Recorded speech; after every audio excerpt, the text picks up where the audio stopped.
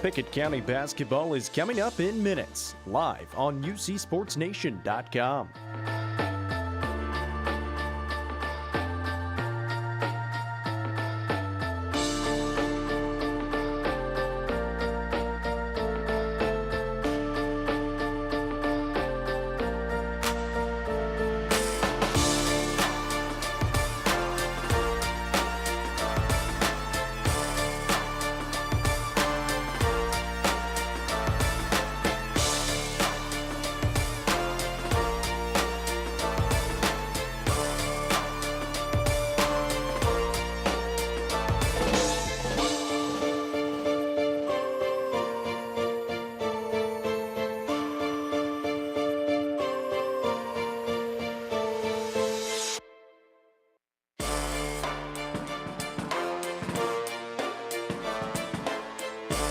Pickett County basketball is coming up in minutes, live on UCSportsNation.com.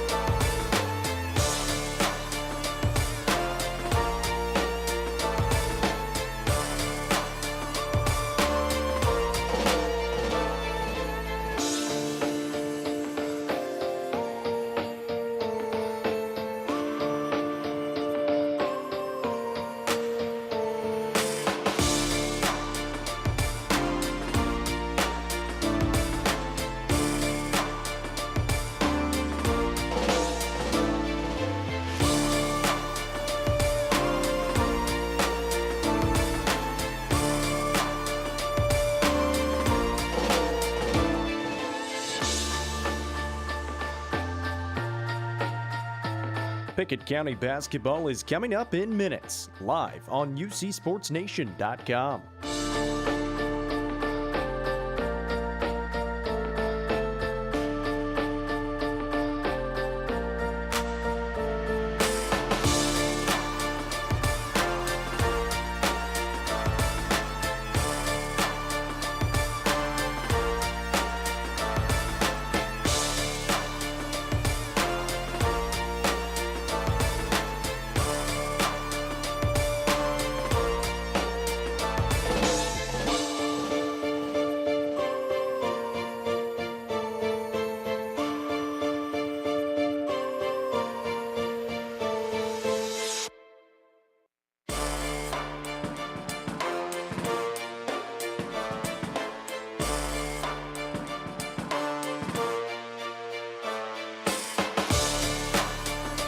Pickett County basketball is coming up in minutes, live on UCSportsNation.com.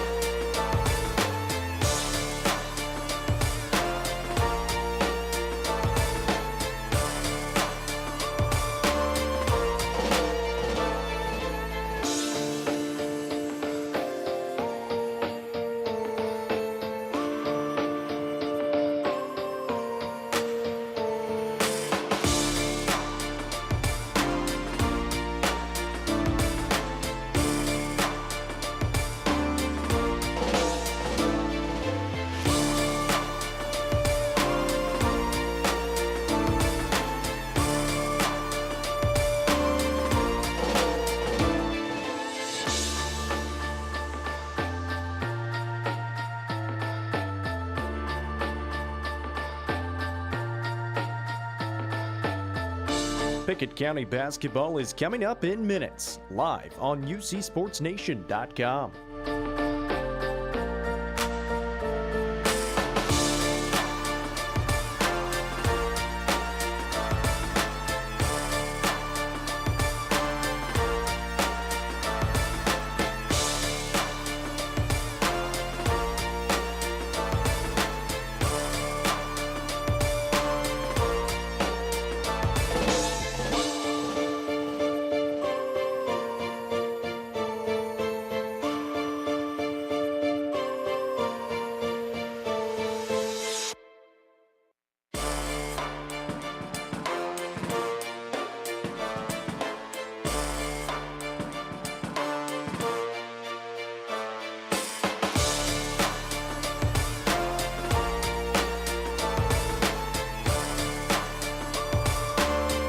Pickett County basketball is coming up in minutes, live on UCSportsNation.com.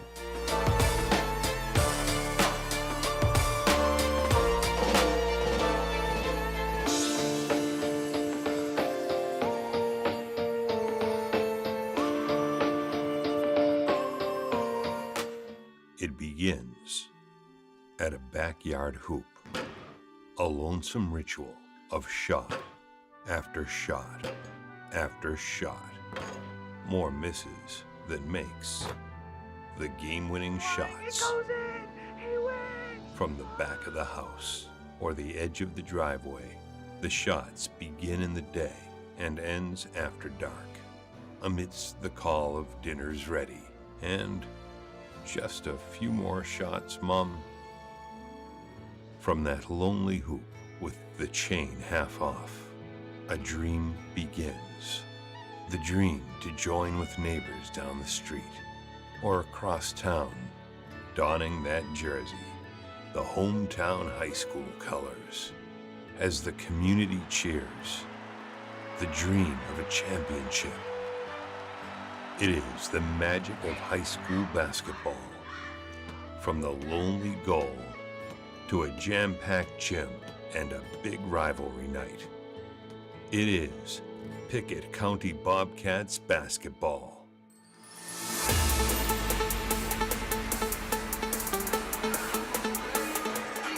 With that, we welcome you into Byrdstown for the hottest ticket in town. The Pickett County Bobcats taking on the Clay County Bulldogs, and it's a top 5 matchup on both sides, and actually, it's a top 3 matchup on both sides. On the girls' side, the Pickett County Lady Bobcats, number 2 team in Class A. The Clay County Lady Bulldogs, number 3. On the boys' side, the number 1 Pickett County Bobcats taking on the reigning Class A state champions and the number 3 Clay County Bulldogs. Hello, everyone, and welcome inside Pickett County High School and right here on UCSportsNation.com. My name's Jacob Vincent. Casey Bolden to my right. Casey, tell you what, I'm pretty blessed to be in this position right now. We got a couple of good ball games coming up tonight.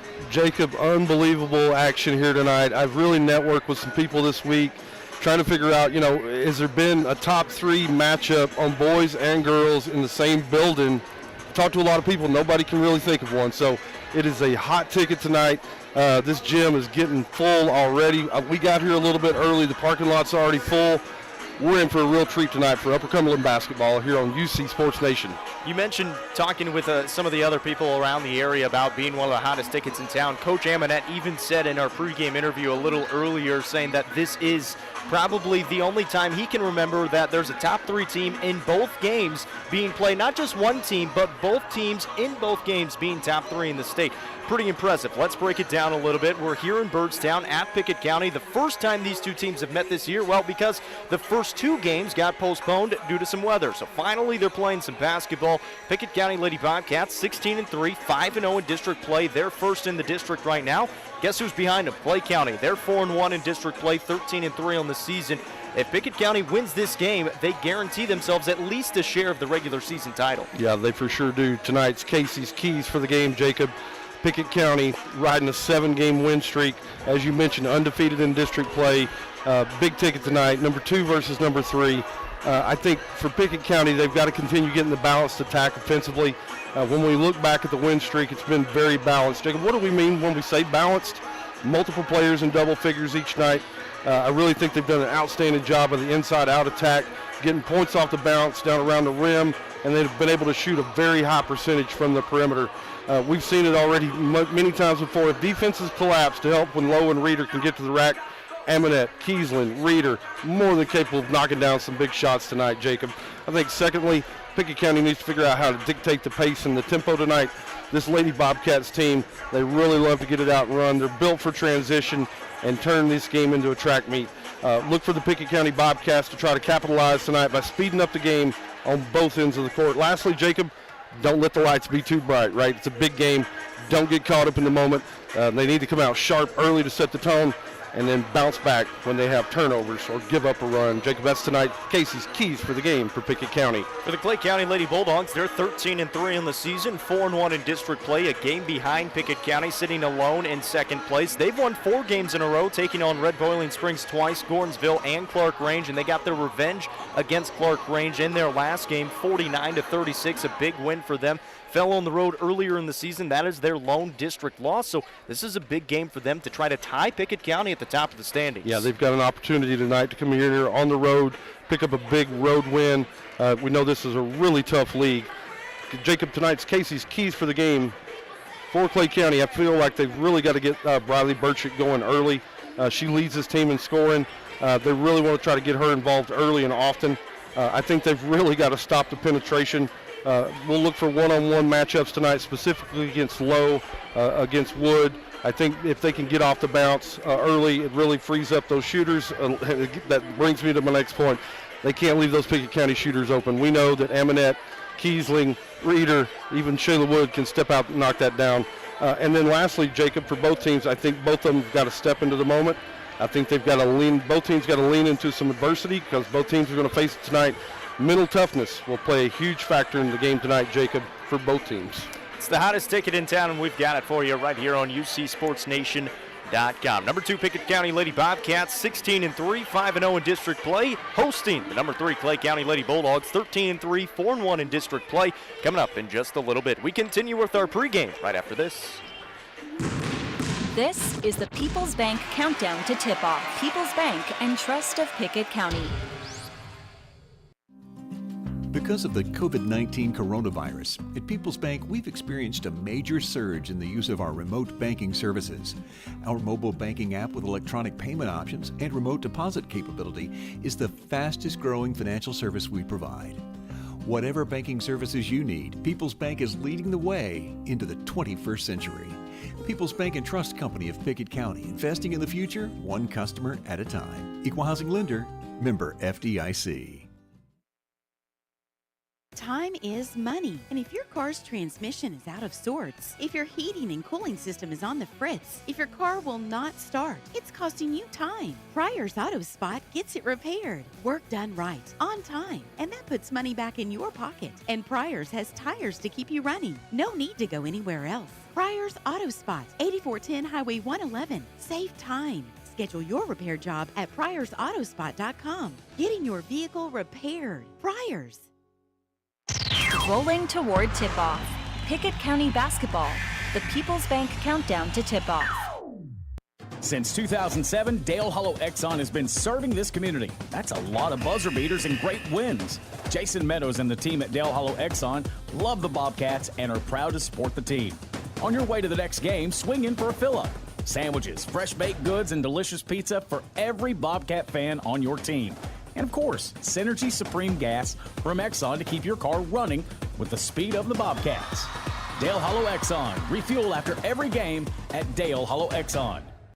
As Pickett County soars higher this year, so does Aminette Eagle Auction. When you need your property sold, there's not a better team to call. Aminette Eagle Auction has the knowledge, skills, and tools to get the most money for you and your family. Check out eagleauctions.com to find out more or to see information on upcoming auctions. You might find just what you're looking for. Thanks, Aminette Eagle Auctions. When you need to get it sold, call Aminette Eagle Auction. We soar higher.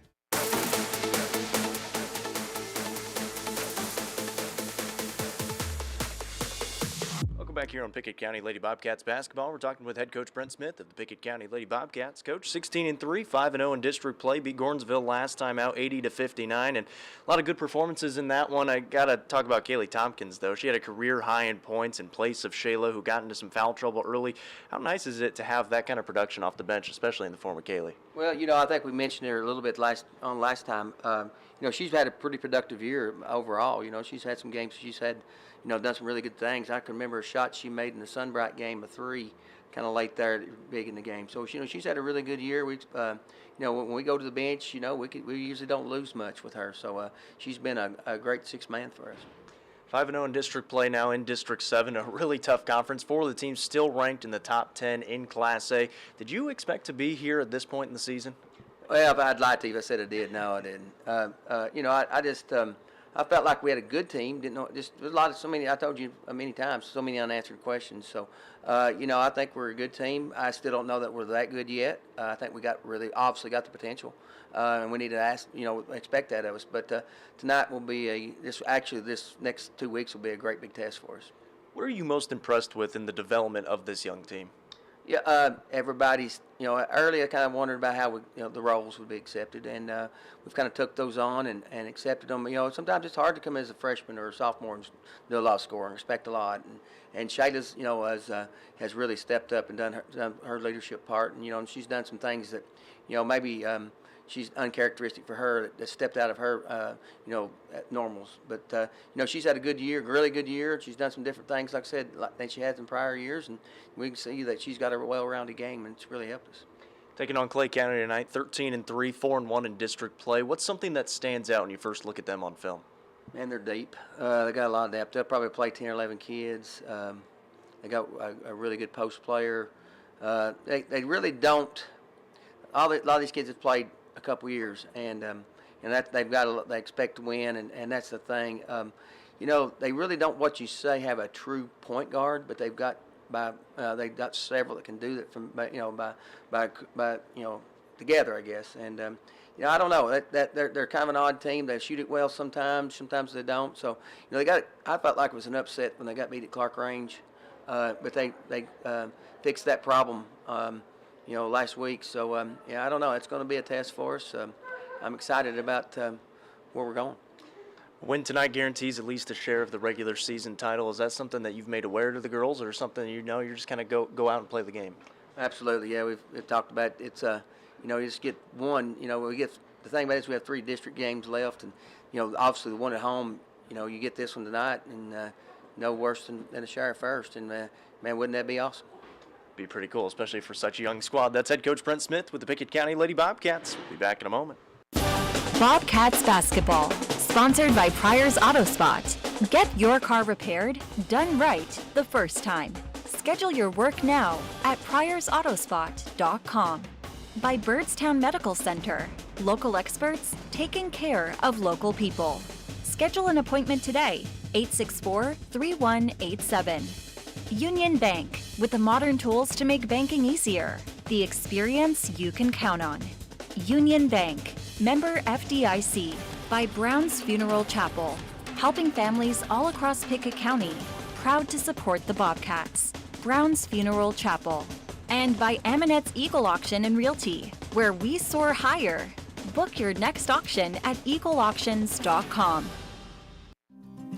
If your business is in need of some additional financial support, come by People's Bank and talk with our experienced loan officers. It takes ambition, determination, and a lot of hard work to make a business succeed.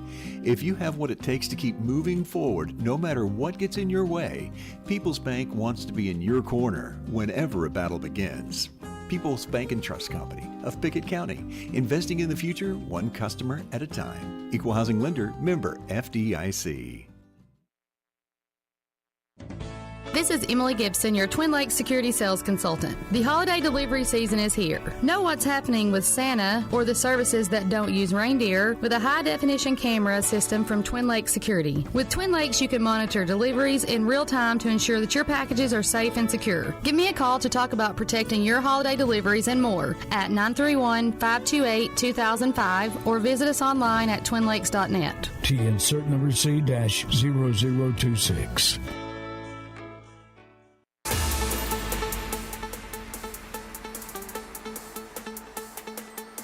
Monterey looks for their second straight district win. This is around UC Sports Nation. The Monterey Lady Wildcats host Jackson County tonight, looking for their second straight win in District 5-2A. Coach Michelle Farley-Carson expects Jackson County to try and neutralize their top player. I expect them to try to probably shut down Lindsay because they know her pretty well because they were in our previous district. So they kind of know probably some of our key players. And, I know that Coach Brown's going to do a good job of making sure that he prepares his girls girls, so my girls need to be ready too. Van Buren County hits the road to Whitwell for a district rematch. Coach Tyler Sapp expects his team to play better against the Lady Tigers, who handed his team a 23-point loss 2 weeks ago. We got to handle the pressure better. We scored 9 points in the first half against them at home. And, I don't like to make excuses, but, that was one of our first games coming back from not playing in a while. At the end of the day, we didn't handle the pressure well enough, turned the ball over too much, and just wasn't ready to go. Clay County travels to Pickett County in a highly anticipated top 5 matchup. Lady Bulldogs coach Matt Walker says he expects a great game and atmosphere.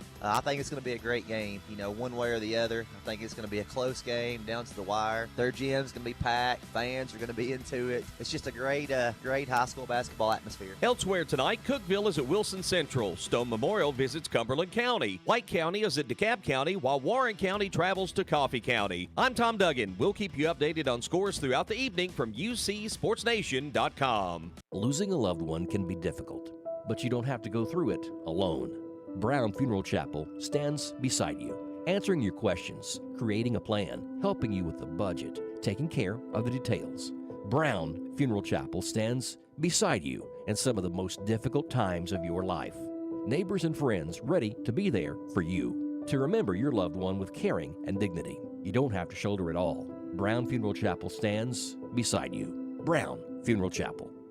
Time is money, and if your car's transmission is out of sorts, if your heating and cooling system is on the fritz, if your car will not start, it's costing you time. Pryor's Auto Spot gets it repaired, work done right, on time, and that puts money back in your pocket. And Pryor's has tires to keep you running. No need to go anywhere else. Pryor's Auto Spot, 8410 Highway 111. Save time. Schedule your repair job at pryorsautospot.com. Getting your vehicle repaired. Pryor's.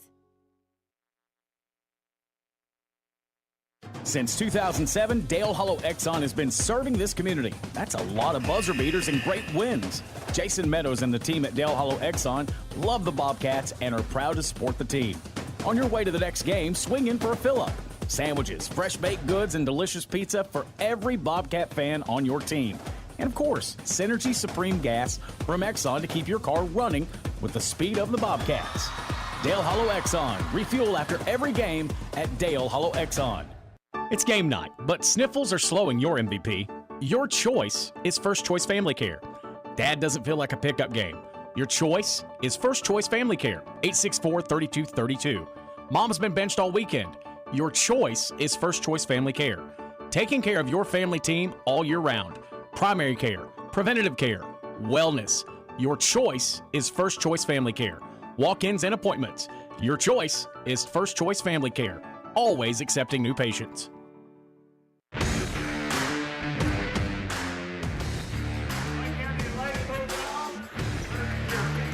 Back here in Byrdstown at Pickett County High School, my name's Jacob Vincent. Casey Bolden to my right. You're listening to Pickett County Basketball on UCSportsNation.com. The number 2 Lady Bobcats, 16-3 in the season, 5-0 in district play, hosting the number 3 Clay County Lady Bulldogs, 13-3, 4-1 in district play. Let's bring you those starting lineups.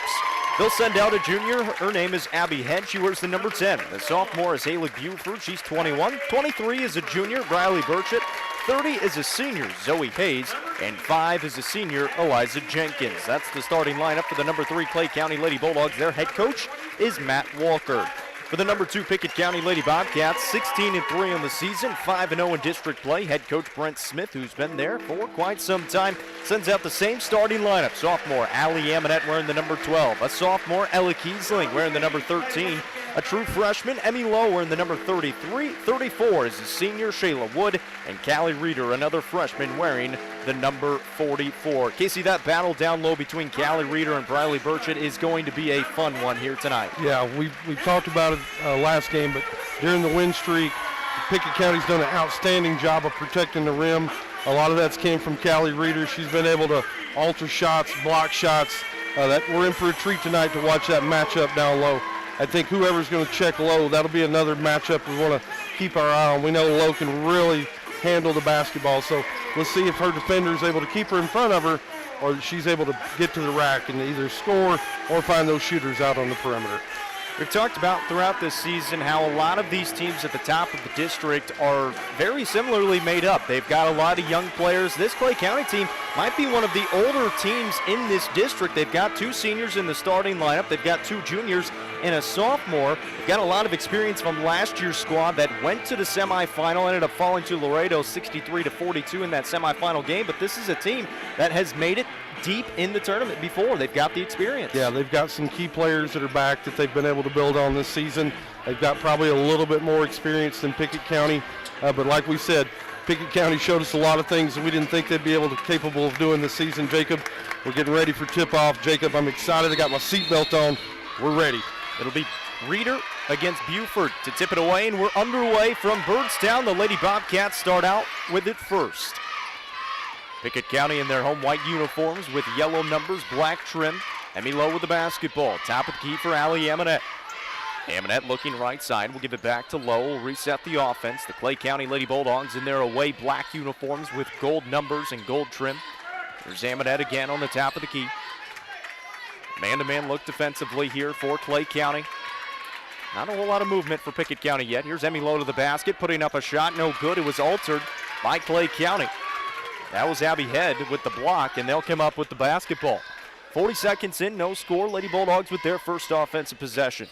Zoe Hayes will move it to the left wing for Burchett. Burchett skips it right side for Buford. She'll penetrate. That ball's loose, and it's stolen away by Allie Amonette. Amonette on the break for the Bobcats. Pulls up in transition, lets it fly. It's short, no good. Kiesling had it for a moment. Still loose on the ground, trying to be picked up, and now we've got a jump ball call as Shayla Wood was down there along with one of the Lady Bulldogs, and that's going to go to Clay County. Looked like Pickett County started off in a little zone defense down here. We hadn't seen a whole lot of that. Now we're going to see a little full court pressure. Let's see what they back into. Come out on almost a 1-2-1-1. We've got a travel in the backcourt and back-to-back turnovers by Clay County. Turns into another Pickett County possession. So Pickett County hasn't scored yet, still scoreless, a minute and 5 seconds into this ball game, but Pickett County defensively forcing a couple of turnovers. Emmy Lowe will have it here for the Bobcats and the free throw line. Look right side for Amonette, who drifts out towards the wing. Amonette puts the ball in the hardwood. Now will pick up her dribble, looking down in the post, and finds the help in Emmy Lowe out near half court. Lowe, good pass down low to Reeder, sealed off her defender, and there's going to be a foul on Burchett.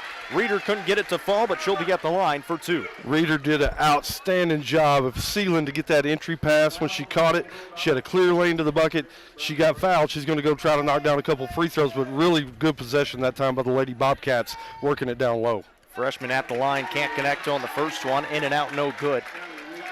Watched a little bit of game film from Clay County and Clark Range when they played earlier on this season. Briley Burchett is going to be a problem down low for Callie Reeder, but Reeder got the best of Burchett that time thanks to her footwork, and that's what makes Burchett so good. She's got a big body, but she knows how to use her feet as well.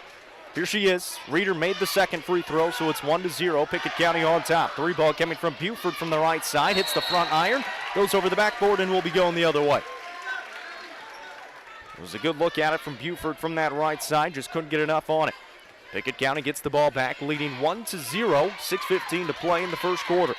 Shayla Wood will give it over to Emmy Lowe on the top of the key. Lowe will reset the offense, crossover, penetrate, corner pass over to Amonette. Give it back to Lowe. Now skip it on the right side to Kiesling, takes a triple from the wing and knocks it down. There is Ella Kiesling. Can't let her get loose on the offensive end. She has been hot from downtown, had 15 points her last game, make that 18 points her last game out, hit 4 triples. Here's Burchett at the other end, blocked by Reeder. Pickett County with the basketball leading 4-0. Lowe penetrating to the basket, has it stolen away. Clay County comes up with the basketball. This is Hayes. Kick it out on the left wing to Buford, fires up the triple. It's short, no good. Weak side rebound, out of bounds, and it's going to belong to Clay County as Reeder couldn't track down the basketball after she tipped it away. But what she was able to do was block that last shot down court last time. That's big right there, Jake. You got a freshman going up against a lot of experience right there. We'll keep our eye on that matchup inside all night long. Here's Eliza Jenkins for the first time. We'll move it on the left wing to Buford. Check that. She'll take the triple. That was Zoe Hayes with it. Buford gets the rebound. Back up, no good. And Clay County unable to score here in the early going. 4-0. Pickett County back with the basketball. Low on the right wing. Picks up her dribble. Now looking for some help. Finds Reeder cutting to the basket. Shot fake. Drives in. Got bumped. No call. And Briley Burchett will come up with the basketball. Up the court, Clay County goes. Jenkins, pass fake, drives in, missed it off the window, rebounded by the Bulldogs. Back up, no good. They're letting them play tonight, folks. Buford's got it. We'll kick it out to Jenkins. Skip it on the right side to Hayes, who picks up her dribble. Now she needs some help as she'll give it over to Jenkins. Left baseline, fires it away and knocks it down. There's the first 2 points of the ball game for the Clay County Lady Bulldogs. Pickett County back with it. This is Wood. Over to Kiesling, top of the key. She'll drive in, kick it over to Lowe on the wing. Skip it all right side to Amonette. Faces up, we'll give it back to Wood. Lowe will reset the offense. 4:20 remaining here in the first quarter. It's 4-2. Pickett County leading by 2. High post pass to Wood. Step back jumper on the way. It's true. Shayla Wood with her first deuce. Took it to the woodshed. Thought she was going to drive the lane. She just stepped back with a little foul shot jumper. Nothing but nylon. 6-2 advantage for the Lady Bobcats here at home. 4 minutes remaining. Deep three coming from Hayes, rattles home. Zoe Hayes from way downtown makes it a 6-5 ball game. Amonette at the other end fakes on a triple try and will pass off to Wood, top of the key. Wood looking right side, dribbling with the right hand. Will move it on the left wing now to Emmy Lowe. 3:45 remaining in the first. Pickett County leads by 1. They've got the ball. Lowe will get a screen in the high post. Looking to drive. Now will pull it back out on the perimeter. Finds Amonette. Got loose. Lets it fly. It's short. Rebound. Out of bounds is going to belong to Clay County. We'll have a sub come in for the first time of this game. Clay County will bring in Bella Ashlock. Ashlock, wearing 2 knee braces, has been battling leg injuries throughout this season. Hasn't gotten a lot of playing time, but she is a talented sophomore. Averages 7 points a ball game, 5 rebounds when she is able to play. Here's Ashlock, high post, pass down low to Burchett, and Burchett is able to put it up and in. Ashlock came in, really nice high-low move right there. Was able to get it down to Burchett. Nice move. Reeder fakes on a 3 try on the top of the key. Now she'll get it back. Looking down low to Wood, gets it into her. A triple team comes to her, puts up the shot, couldn't get it to fall. Rebounded by Clay County. They've got the lead in this ball game by 1, 7-6, with 3 minutes remaining in the first. Right baseline pass to Burchett. 3 defenders come to her. She gets fouled, and she'll be at the line. We'll see who they tag this one on Pickett County. That's going to go on Callie Reeder. That'll be her first. It's one thing that Clay County's got the advantage of. Coach Smith mentioned it in the pregame. They have a much deeper bench than this Pickett County team does. Yeah, Pickett only plays about 6 deep. I think Coach Smith said they'll go 10 or 11 deep. Certainly don't want to get too deep of foul trouble. Pickett County doesn't have the kind of depth certainly Clay County does tonight. Burchett can't connect on the first one. Her first trip to the line tonight. 2:56 remaining in the first quarter. She'll take a couple dribbles on the second attempt and knock it down. 3 points for Briley Burchett. It's 8-6. Bulldogs on top of the Bobcats here in Byrdstown. This is Kiesling on the left wing. Pass on the right side to Emmy Lowe. Lowe on the free throw line extended. We'll skip it back. Top of the key to Amonette. Give it back to Lowe. Who's going to reset the offense. Clay County still in the man-to-man defense. Pickett County will go in a box set and then start the play. Shayla Wood, top of the key, trying to penetrate. Gets to the basket, but it's blocked away by Ashlock, and she'll lead the break now for Clay County, and stolen right back by Emmy Lowe. Emmy Lowe's got it. Left side, Kiesling fires up the triple and can't get it to go, but the rebound picked up by Shayla Wood, who then gets fouled by Clay County. Gritty rebound right there, Jacob. Ball was in there amongst the trees. She was able to go up and get it. As she was trying to get her hands on it, she got fouled. Pretty good foul, pretty good call right there by the officiating crew. Ashlock going to be tagged with her first. It's the team's second. Inbound to Wood on the right baseline. She'll bring it out to the wing with 2:16 to play in the first. Pickett County trailing by 2. Looking down low to Reeder. She gets it, and she gets fouled from behind by Briley Burchett, and that's a big foul because that's her second. Yeah, really good positioning in there that time by Reeder.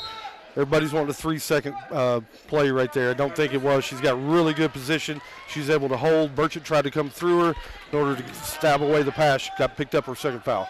Pickett County will inbound on the left side. Find Amonette on the wing. Give it back to Lowe in the corner.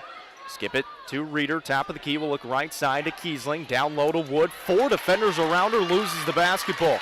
Had 4 defenders converge on her. She couldn't do anything with it. This is Zoe Hayes with the basketball now for the Bulldogs. High post looking for Ashlock. She finds it. Now we'll move it to the left wing for Isabella Hayes for the first time. Hale, beg your pardon. She puts up the shot. Can't get it to go. Ashlock is blocked by Reeder. Back the other way. Pickett County in transition. Kiesling putting up the shot. Can't get it to go. Rebounds loose. grabbed by Lowe, but she stepped out of bounds and will be going the other way. They wanted to travel on Callie Reeder, or on Kiesling, but she never had handle of the basketball, so it wasn't a travel. But Clay County will get the ball anyway. Yeah, that's one of the requirements to have a travel. You've actually got to have control of it. She never did. They passed on it. Got a few squirms by the crowd, but thought it was a pretty good call. 1:34 remaining in the first. Clay County dialing up the triple, way off the mark. Jenkins had the rebound, but fell out of bounds, and it's going to go back to Pickett County. So Pickett County getting the ball back with 1:29 to play. Sub will come in here for Clay County and Madison Hayes. So it's Madison Hayes, Eliza Jenkins, Abby Head, Zoe Hayes, and Haley Buford on the court for the Bulldogs. Still the starters on the court for Pickett County, trailing 8-6. Woods got the basketball, move it to Kiesling on the right side. Finds it cutting, Amonette to the basket, picks up her dribble, finds Reeder top of the key, lets it fly. It rattles around, no good. Rebound loose, picked up by Clay County on the left side. Zoe Hayes will slow it up, let the defense go past, and now she'll bring it up under a minute to play in the first. Hayes looking for a screen, finds it, Jenkins sets it. Give it back to Jenkins on the top of the key, the lefty will penetrate, go to the left baseline, get cut off by Amonette, pass it back out to Abby Head on the wing.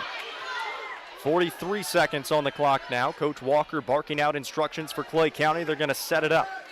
Abby Head's going to hold it out near half court, and they might let this clock run down and try to take the final shot. They've got a 2-point advantage right now, leading 8-6. Jenkins with it out near half court. Coach Smith begging for his team to just go put some pressure on the basketball with 20 seconds to play here in the first. Eliza Jenkins with it, moving it to the left side with 15 seconds. Now trying to pass off. We'll give it off to Buford. Buford with 8 seconds. Buford driving in, pulling up from 16 feet, rattles it home. 4 seconds now for Pickett County. Emmy Lowe near half court, lets it fly. Off the window, no good. And Buford gets the 2-pointer to go right before the buzzer sounds, and Clay County leads 10-6 after one. We've got a good one. Don't go anywhere. We're back in a minute.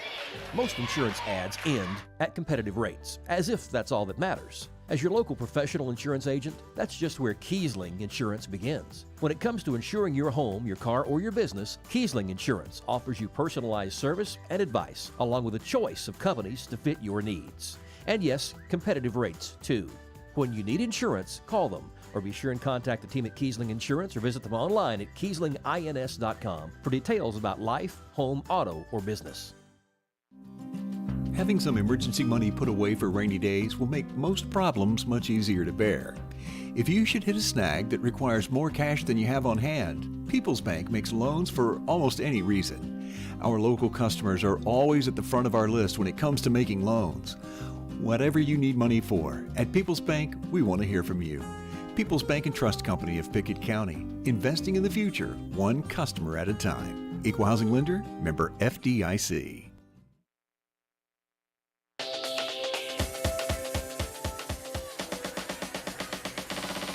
Pickett County will start out with the basketball here in the second quarter, trailing 10-6. Emmy Lowe will have it and move it to the right side as she picks up her dribble. Looking in the high post for Kiesling, give it back to Lowe on the right side. Only 3 players scored in that first quarter for Pickett County. Ella Kiesling led the way with 3 points, 2 for Shayla Wood and 1 for Callie Reeder. Here's Lowe in the lane, trying to draw some attention. Gets a pass off to Kiesling. Kiesling will have it, kick it out to Reeder on the wing, bounce it back to Lowe. Lowe got kind of hammered down low. It looked to be a little shaken up. Now she's back into the play. She's looking for some help. We'll give it off to Shayla Wood. Shayla trying to make something happen. Runs into a brick wall, puts up the shot. A lot of contact, no call, and missed it, and Clay County will have it. They're definitely letting them play here tonight. They're letting them play. Offense definitely created the contact right there. Defender just went straight up. Pretty good no call. 1 minute in here to this second quarter. Clay County with their first possession of the second quarter, leading 10-6. Lost the basketball out of bounds, was Head, and will be going the other way. So turnovers struggling right now for Clay County. Pickett County, however, struggling to capitalize on those turnovers. Yeah, turnovers. Clay got 4 so far. Pickett County with 2. Not been able to really capitalize on any of those turnovers they've been able to generate. Let's see if they can turn that around. Emmy Lowe's going to check out of the ball game here for Kaylee Tompkins. Kaylee Tompkins had a career-high 20 points in their last game against Gordonsville. Clay County in a zone here, a 2-3 zone. So they change it up, go from man-to-man to zone. This is Kiesling in the right corner. She got fouled by Eliza Jenkins. Jenkins got 2 hands on her. That'll be the 4th team foul and the first on Jenkins. Sub will come in here in Zoe Hayes for the Lady Bulldogs for Abby Head. Pickett County will take it out along the right baseline. Amonette surveying, tries to force a pass into Reeder, gets it there. Reeder got bumped, they didn't call it, and she missed the shot with the left hand. 10-6 lead for Clay County. They've got the ball with 6:26 remaining here in the second. We mentioned how it's the hottest ticket in town. Well, we've already seen Lamar Rogers. We've seen York's coaching staff, who Pickett County will see on Thursday. There's a shot coming from the left hand of Hayes. Make that Buford, can't get it to go, but she gets her own rebound. Blocked by Reeder, but then they call the foul on the body. Callie Reeder going to be tagged with her second foul, and that is a big one as well. So Burchett for Clay County gets tagged with a second. Now Callie Reeder also with a second foul, and it sends Buford to the line for 2 shots. Yeah, I'm not sure the official had a really good look at that one. Thought there was a lot of ball right there. Coach Smith thinks so too. Didn't see a whole lot of contact there. Seen much more passed on so far tonight. Emmy Lowe checks in for Reeder, who picks up her second foul. That's only the second foul on Pickett County. Nobody else has picked up a foul yet. Second free throw from Buford rattles home. She's got 4 points. It's 12-6. Clay County on top by 6. Here's Shayla Wood with a basketball for the Bobcats. Who's going to step up, make something happen? Wood fires a triple. It's off the mark, no good, and rebounded by Jenkins for the Bulldogs. Jenkins will slowly walk it up in the long black sleeves. Now drift towards the middle of the court, hand off to Hayes. Zoe Hayes, the senior with the basketball, will move it to the right side. Now in the high post to Jenkins, trying to face up. That's a travel, and we'll be going the other way. Was looking to pass off, went for the pass fake. Should have passed it because it would have been legal, but ended up keeping it and traveled with it. Now we've got a timeout taken by Pickett County. It's a 30-second one, so we'll keep it right here. First timeout of the ball game. 5:43 remaining in the second quarter. Clay County leading 12-6, and I guess you could consider a defensive struggle right now. No doubt. Pickett's been just a little sluggish offensively. They've looked out of rhythms. I'm sure Clay County's had a lot to do with that. They've changed it up to that 2-3 zone down there. Pickett hadn't seen that look a whole lot. I think Coach Smith called to regroup right here just to try to get some level set here, try to get some confidence going offensively, Jacob. So first timeout taken of the ball game. Clay County leading by 6. 5:43 remaining here in the second quarter. 14 fouls on the Bulldogs, 2 on Pickett County. Pickett County will have the basketball. This is Wood on the right wing. Will go back to her left. That ball stolen away by the Bulldogs. Jenkins has it. She'll lead the break. Jenkins gets fouled by Ella Kiesling in transition. Tried to go in for the steal, but caught a lot of the body. Knocked Jenkins to the floor, and that'll be the first foul on Ella Kiesling. Abby Head and Bella Ashlock will check back in for the Bulldogs. Bulldogs will take it out on the left baseline. Throw it into the high post for Ashlock. She'll drive it to the basket. She got fouled, and she'll be at the line. That foul going to be on Kaylee Tompkins. So Tompkins picks up her first right after Kiesling picked up her first, and now Bella Ashlock will be at the line for 2 freebies. The sophomore lets it fly with the right hand, off the mark on the first attempt. 5:28 remaining in this second quarter. Clay County controlling this game so far. Second free throw good from Ashlock. It's been the only scoring of this second quarter so far. 3 free throws from the Bulldogs. It's 13-6. Kiesling trying to answer from the left wing. It's short, no good. A long rebound, though, picked up by Emmy Lowe. We'll find Amonette, thought about taking the triple, now thinks otherwise. We'll move it to Lowe on the right side, crosses back over, gets to the middle of the court, puts up a shot, no good. Rebound loose, fought for, Tompkins is down there, and we've got a foul called, believe, on Kaylee Tompkins, and it is. That's the second foul on Kaylee Tompkins, so now both post players with 2 fouls for Coach Smith's squad, other than Shayla Wood, who kind of plays every single position. Yeah, we talked about that a little bit in the pregame. They get deep into this Pickett County bench. Certainly the scales lean towards Clay County in terms of depth. Buford to the basket is going to be fouled by Shayla Wood now. So Shayla Wood picks up her first. Now we're going to see Callie Reeder check back into the ball game after this first free throw by Buford. First one from Buford is no good. Jacob, Lady Bobcats on a scoring drought here of about 6 minutes since they've been able to put a bucket in, so we'll keep our eyes on that. Haven't scored in this second quarter. Didn't score late in that first quarter as well. Second free throw good from Buford that time. She's 3 of 4 from the stripe. She's got 5 points. 14-6. Bulldogs on top by 8. Buford will check out for Abby Head. 4:53 remaining here in the second quarter. Pickett County looking for something offensively. Amonette will find Lowe. Give it to Kiesling left side. She'll drive it left baseline. Floater deep, no good, and rebounded by Ashlock. They just look out of sorts offensively right now. Credit Clay County's zone defense. This is Head on the left wing for the Bulldogs. Reverse it off to Jenkins, top of the key. Hand off to Head. Now she'll penetrate towards the right side, pull it back out along the perimeter. Head will pick up her dribble, skip it all the way over to Jenkins, left wing, fakes it on a 3, now drives towards the left baseline, looking down low now into the hands of Madison Hayes. That pass poked out of bounds as she tried to skip it on the right side to Head. And Clay County will keep it on the far sideline. So defensively, Pickett County playing all right, only giving up 14 points here. About halfway through this second quarter, but can't get anything going offensively. They're going to need a stop right here. They're down 14-6. This is Madison Hayes on the right wing. Hayes holding the ball above her head. Will give it off to Abby Head, top of the key. Head driving to the right side, looking down low to Ashlock. Had it poked loose, tried to put up a shot. Somehow got the ball over to Hayes. That's blocked by Reeder. Saved back in by Jenkins. Clay County still with it. Head, hand off Jenkins, right side. Gets to the middle of the court, lost it, got it back. Now looking for some help. We'll give it off to Abby Head, who will reset the offense with 3:45 remaining in the second quarter. Abby Head, nobody picked her up. She'll let it fly. It's off the mark. Reeder had the box out, but it's stolen away. Jenkins gets fouled and makes the bucket. She'll be at the line for one. Tough sequence for the Bobcats. Callie Reeder had a really good box out, but Ashlock came from the front side of her and just stole it away. Ended up finding Jenkins for 2 points. Jenkins got fouled by Allie Amonette, her first. Jenkins will have a chance to complete the three-point play at the line. Lefty lets it fly, can't get it to go, and rebounded by Tompkins, who then gets fouled from behind by Clay County. Got tripped from behind. And Coach Smith wants a timeout. 5th team foul on Clay County. 3:33 remaining here in the second quarter. Clay County leads 16-6. We'll be back in a minute.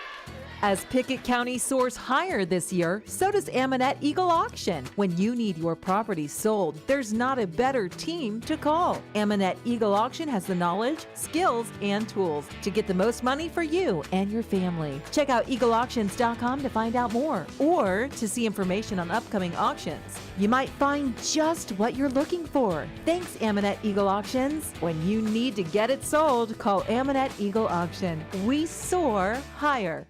When your day-to-day work causes pain, when your daily exercise stops you cold, when picking up the groceries or your grandchild makes you ache, call Milestone. Milestone Physical Therapy improves lives. Milestone builds futures by finding the source of your pain. It's not about covering up the aches, it's about getting rid of them. Call 864-8090 for an appointment. 864-8090. Orthopedic care that improves your life. With over 20 years' experience, see Laura Reagan at Milestone Physical Therapy.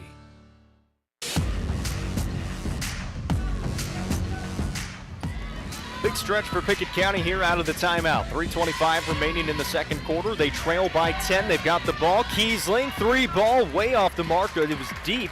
She shot it from the corner. It was an air ball over the rim. So Clay County gets the ball back across the timeline. Jenkins will walk it up and find Zoe Hayes. Hayes driving to the right side. Will skip it back left wing for Buford. Buford picks up her dribble, back top of the key, it goes to Hayes, drives it back to the right side, going to the basket, got bumped, no call, missed it. Rebound by Allie Amonette. Pickett County back with it. Amonette picks up her dribble, will look to the left wing for Lowe. Lowe will try to get to the basket, floater in the lane, right hand, no good, gets her own rebound, back up and gets fouled, and she'll be at the line.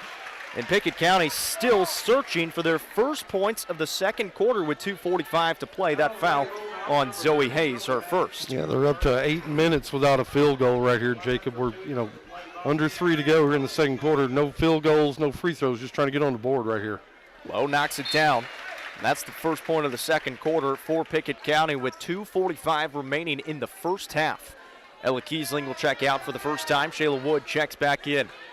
Emmy Lowe at the line. Second free throw is good. Those are her first 2 points of the game. It's 16-8. 2:45 here to go in the second. Head breaking the press. Floater right hand is good. Just raced right up the court. Nobody picked her up. She put it up with the right hand and knocked it down. Emmy Lowe to the right side for Amonette. Fakes on a 3 try. Throws it to Lowe in the corner on the right side. Lowe looking around. Looking down low to Reeder. Can't find her. Skip it over to the left wing now to Wood. Wood back right side to Lowe. Lowe pulls up from 17 feet and knocks it down. Nothing but net. Nice little pull-up J right there by Lowe. Let's see if she can energize this Lady Bobcat team, Jacob. 18-10. Bulldogs lead by 8. Here is Zoe Hayes for a 3 try. Way off the mark. That ball out of bounds is going to go to Pickett County. This is a big possession for Pickett County. 2:05 to play in the second quarter. Can they string together some baskets? Emmy Lowe's got the last 4 points on the last 2 possessions with a couple of free throws and a bucket. And you've seen her take over ball games. We'll see if she can do it right here. Yeah, she needs to lift them up right now, give them a little spark that they need. They're struggling offensively. Allie Eminette will set up the offense.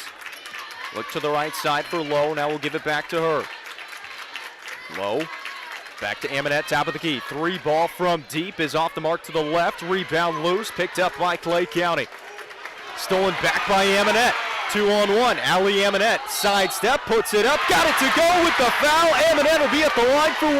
Wow, nice play right there by Allie Amonette. She sees the pass coming, steals it at midcourt. She's got a defender.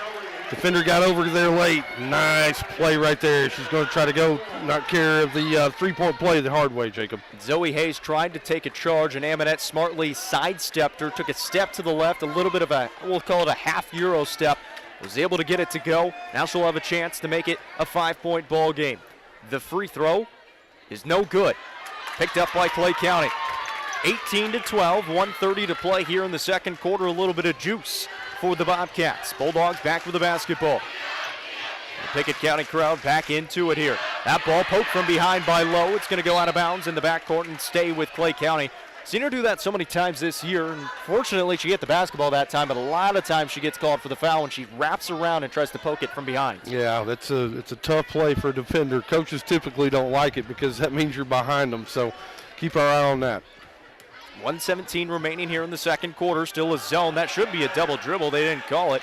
Ashlock had it at the free throw line, tried to pass off and just kind of lost handle on it. Now Buford driving to the basket, gets bumped.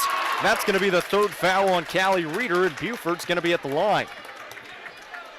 Coach Smith was gambling, putting Reeder and Tompkins out there with 2 fouls, and Reeder picks up her 3rd, so Ella Kiesling's going to check in. That's the trouble you run into with only playing 6 players. Buford at the line, knocks down the first. And the hats off to Clay County, too, realizing that they've got foul trouble down low. That's where you want to attack, especially Callie Reeder. Yeah, they're attacking. They went right at her that time. She tried to stay straight up like she does a lot of times, just got too much of the body into her. So Buford going to try to knock down the second one. In and out, no good. Rebound poked out of bounds is going to stay with Clay County. I'm going to say it's last touch by Pickett County. Emmy Lowe thought it was clearly Pickett County ball, but they're going to say it's Bulldogs basketball underneath the basket after the missed free throw by Buford. 1:05 remaining in the second quarter. It's 19-12. Bulldogs with the lead and the basketball. The inbound to Jenkins on the top of the key. Will move it to the right side. Jenkins dribbling with the right hand, will pick up her dribble, pass it down low. With position is Burchett, puts up the shot, fading away, no good. Rebounded by Ashlock, saved back in bounds, but Kiesling's got it. Kiesling racing to the other side, got fouled, she'll be at the line for 2. Foul on Clay County is going to be called on Buford. That's going to be her 2nd foul. And now the 3rd Lady Bulldog with 2 fouls, the 8th team foul as well on Clay County, sends Kiesling to the line, in and out on the first attempt. Pickett County struggling to shoot free throws in this ballgame uncharacteristically. They've already missed 3 free throws in this ballgame. 19-12, they trail it. Kiesling going to try it again. Takes a couple dribbles, bends at the knees, can't get it on the second one as well. 0 for 2 from the stripe is Kiesling. 45 seconds remaining in the second quarter. 19-12 lead for the Bulldogs. That's a backcourt. Ooh, they call a foul on Shayla Wood. Ooh. That's a tough one. Now, in my opinion, She already had come across. Shayla Wood cut her off from that half-court line. She created the contact. That should be a backcourt violation. So there's three things that you got to have for a backcourt violation. I think we had all three right there, Jacob. You got to have both feet and the basketball in the front court. I think we had all three of those. I think there was contact that put the defender in the backcourt. I didn't see a whole lot of contact there. I thought we had an over and back call as well. Zoe Hayes takes advantage of it. She knocks down the first free throw. That's Shayla Wood's second foul as well, the 9th team foul on Pickett County. Hayes' second free throw, no good. Long rebound in the hands of Emmy Lowe. Pickett County with it, 37 seconds to play here in the second quarter. They trail 20-12. Emmy Lowe, floater in the lane, got fouled. She'll be at the line for 2. Foul's going to be called on Cherokee Upton. That's her first. The team's 9th. We've already had 18 fouls called in this first half. Emmy Lowe at the line. Knocks down the free throw.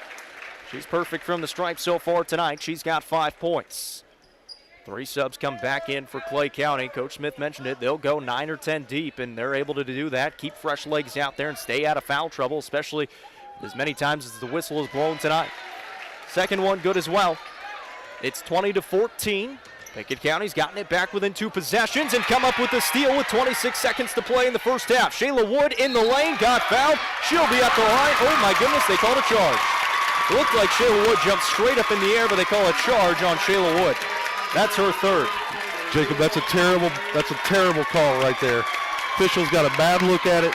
She's not even close to it here. She's way away from it.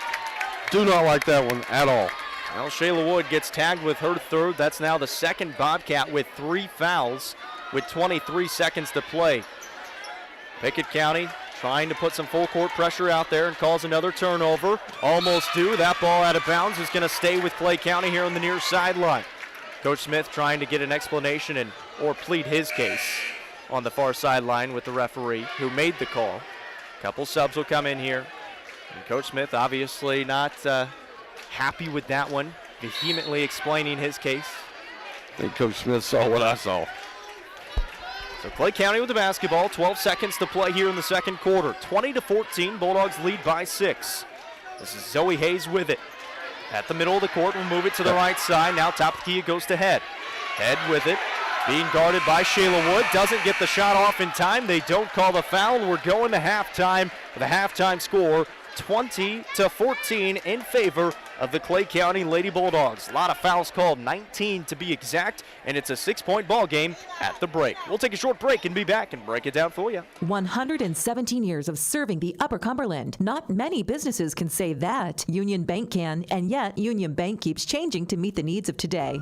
Mobile banking, text banking, you pay bills, Union Bank makes your life easier. And when you want to dream a new home, a new business, new car, local people sit down with you to make it happen. Union Bank, Highway 111 Birdstown, also Jamestown and Clark Range. Years of service, modern tools to be your bank. Union Bank, member FDIC, equal housing lender. Going to the doctor regularly. It's not your favorite thing in the world, but it is the key to staying healthy. So schedule an annual physical with Birdstown Medical Center, 864-3187. A lot can change in a year. Better to fix it than wonder, right? 864-3187. Birdstown Medical Center was started by local people to take care of neighbors and friends, like you. Schedule your wellness exam now. Most insurance is accepted. Birdstown Medical Center, the local way to stay well.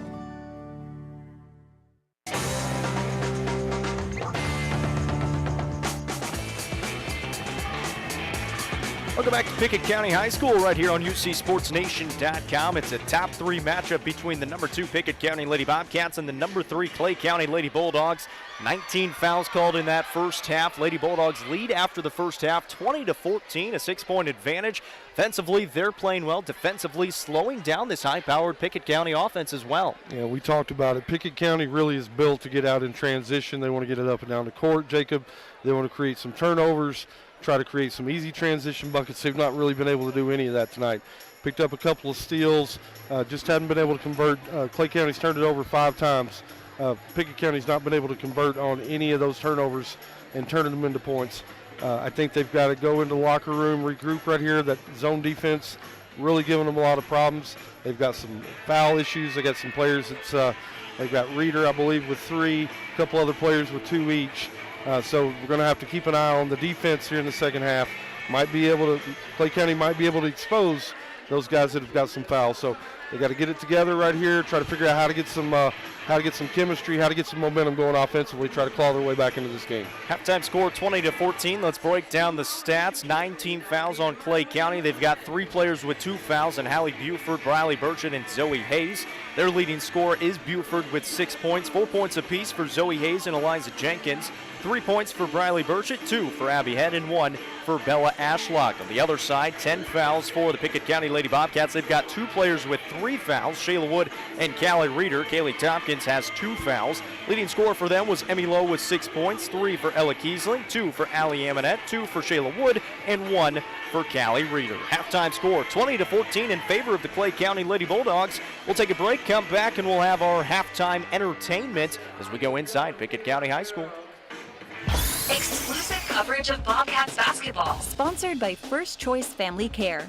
Primary care, preventative care, wellness. Your choice is First Choice Family Care. People's Bank and Trust. Pickett County's community bank. People's Bank. Equal housing lender. Member FDIC. Kiesling Insurance. 35 years serving neighbors like you in Pickett County. Visit KieslingINS.com. And by Milestone Physical Therapy, improving lives, building futures by finding the source of pain. Milestone Physical Therapy. 117 years of serving the Upper Cumberland. Not many businesses can say that. Union Bank can, and yet Union Bank keeps changing to meet the needs of today. Mobile banking, text banking. You pay bills, Union Bank makes your life easier. And when you want to dream a new home, a new business, new car, local people sit down with you to make it happen. Union Bank, Highway 111 Birdstown, also Jamestown and Clark Range. Years of service. Modern tools to be your bank. Union Bank, member FDIC, equal housing lender. Time is money, and if your car's transmission is out of sorts, if your heating and cooling system is on the fritz, if your car will not start, it's costing you time. Pryor's Auto Spot gets it repaired. Work done right, on time, and that puts money back in your pocket. And Pryor's has tires to keep you running. No need to go anywhere else. Pryor's Auto Spot, 8410 Highway 111. Save time. Schedule your repair job at pryorautospot.com. Getting your vehicle repaired. Pryor's. Most insurance ads end at competitive rates, as if that's all that matters. As your local professional insurance agent, that's just where Kiesling Insurance begins. When it comes to insuring your home, your car, or your business, Kiesling Insurance offers you personalized service and advice, along with a choice of companies to fit your needs. And yes, competitive rates too. When you need insurance, call them, or be sure and contact the team at Kiesling Insurance or visit them online at KieslingINS.com for details about life, home, auto, or business. As Pickett County soars higher this year, so does Amonette Eagle Auction. When you need your property sold, there's not a better team to call. Amonette Eagle Auction has the knowledge, skills, and tools to get the most money for you and your family. Check out eagleauctions.com to find out more or to see information on upcoming auctions. You might find just what you're looking for. Thanks, Amonette Eagle Auctions. When you need to get it sold, call Amonette Eagle Auction. We soar higher. Welcome back here on Pickett County Bobcats basketball. At halftime, we're talking with Cy Webb. He's 12 years old, and he's a bull rider. And Cy, tell me a little bit about that. You said you've been doing it for quite some time, and it sounds like you bull ride, might rope a little bit. Just kind of take me through what all you do in terms of around the rodeo, I guess you could say. Well, just riding bulls and rope calves. I mean, about it. And it sounds like you've been doing it for quite some time. You said your brother kind of got you into it. Do you remember what age you might have been when you started? No, I mean, just ever since I could walk, he's kind of taught me how to swing a rope and stuff and ride, and used to get on the goats and stuff when he told me to, and that's just how I got started. So, I mean, you're 12 years old, you're riding bulls, and, I mean, I assume you take a couple of falls. Does that ever hurt or anything? Are you ever scared to get on a bull and start riding? No, not really. I mean, just have the same mindset every time and just ride them. That's all I got in mind.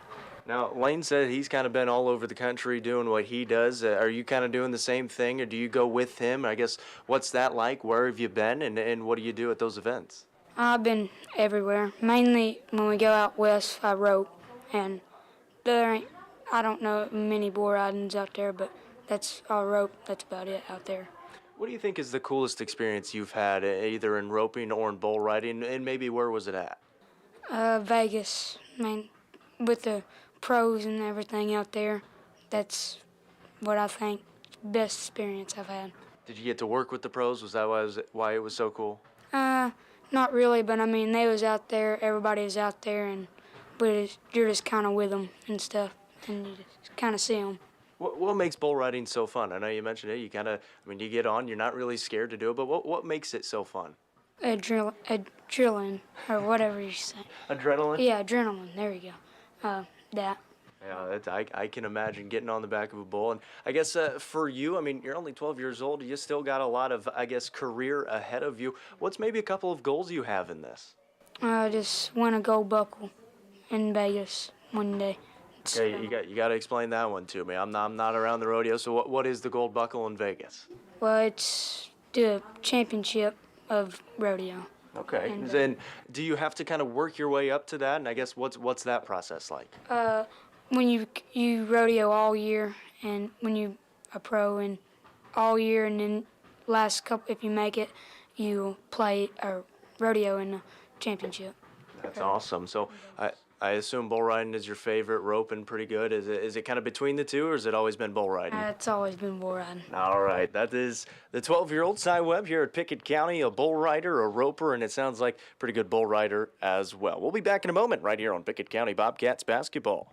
Since 2007, Dale Hollow Exxon has been serving this community. That's a lot of buzzer beaters and great wins. Jason Meadows and the team at Dale Hollow Exxon love the Bobcats and are proud to support the team. On your way to the next game, swing in for a fill-up. Sandwiches, fresh baked goods, and delicious pizza for every Bobcat fan on your team. And of course, Synergy Supreme Gas from Exxon to keep your car running with the speed of the Bobcats. Dale Hollow Exxon. Refuel after every game at Dale Hollow Exxon. When your day-to-day work causes pain, when your daily exercise stops you cold, when picking up the groceries or your grandchild makes you ache, call Milestone. Milestone Physical Therapy improves lives. Milestone builds futures by finding the source of your pain. It's not about covering up the aches, it's about getting rid of them. Call 864-8090 for an appointment. 864-8090. Orthopedic care that improves your life. With over 20 years' experience, see Laura Reagan at Milestone Physical Therapy.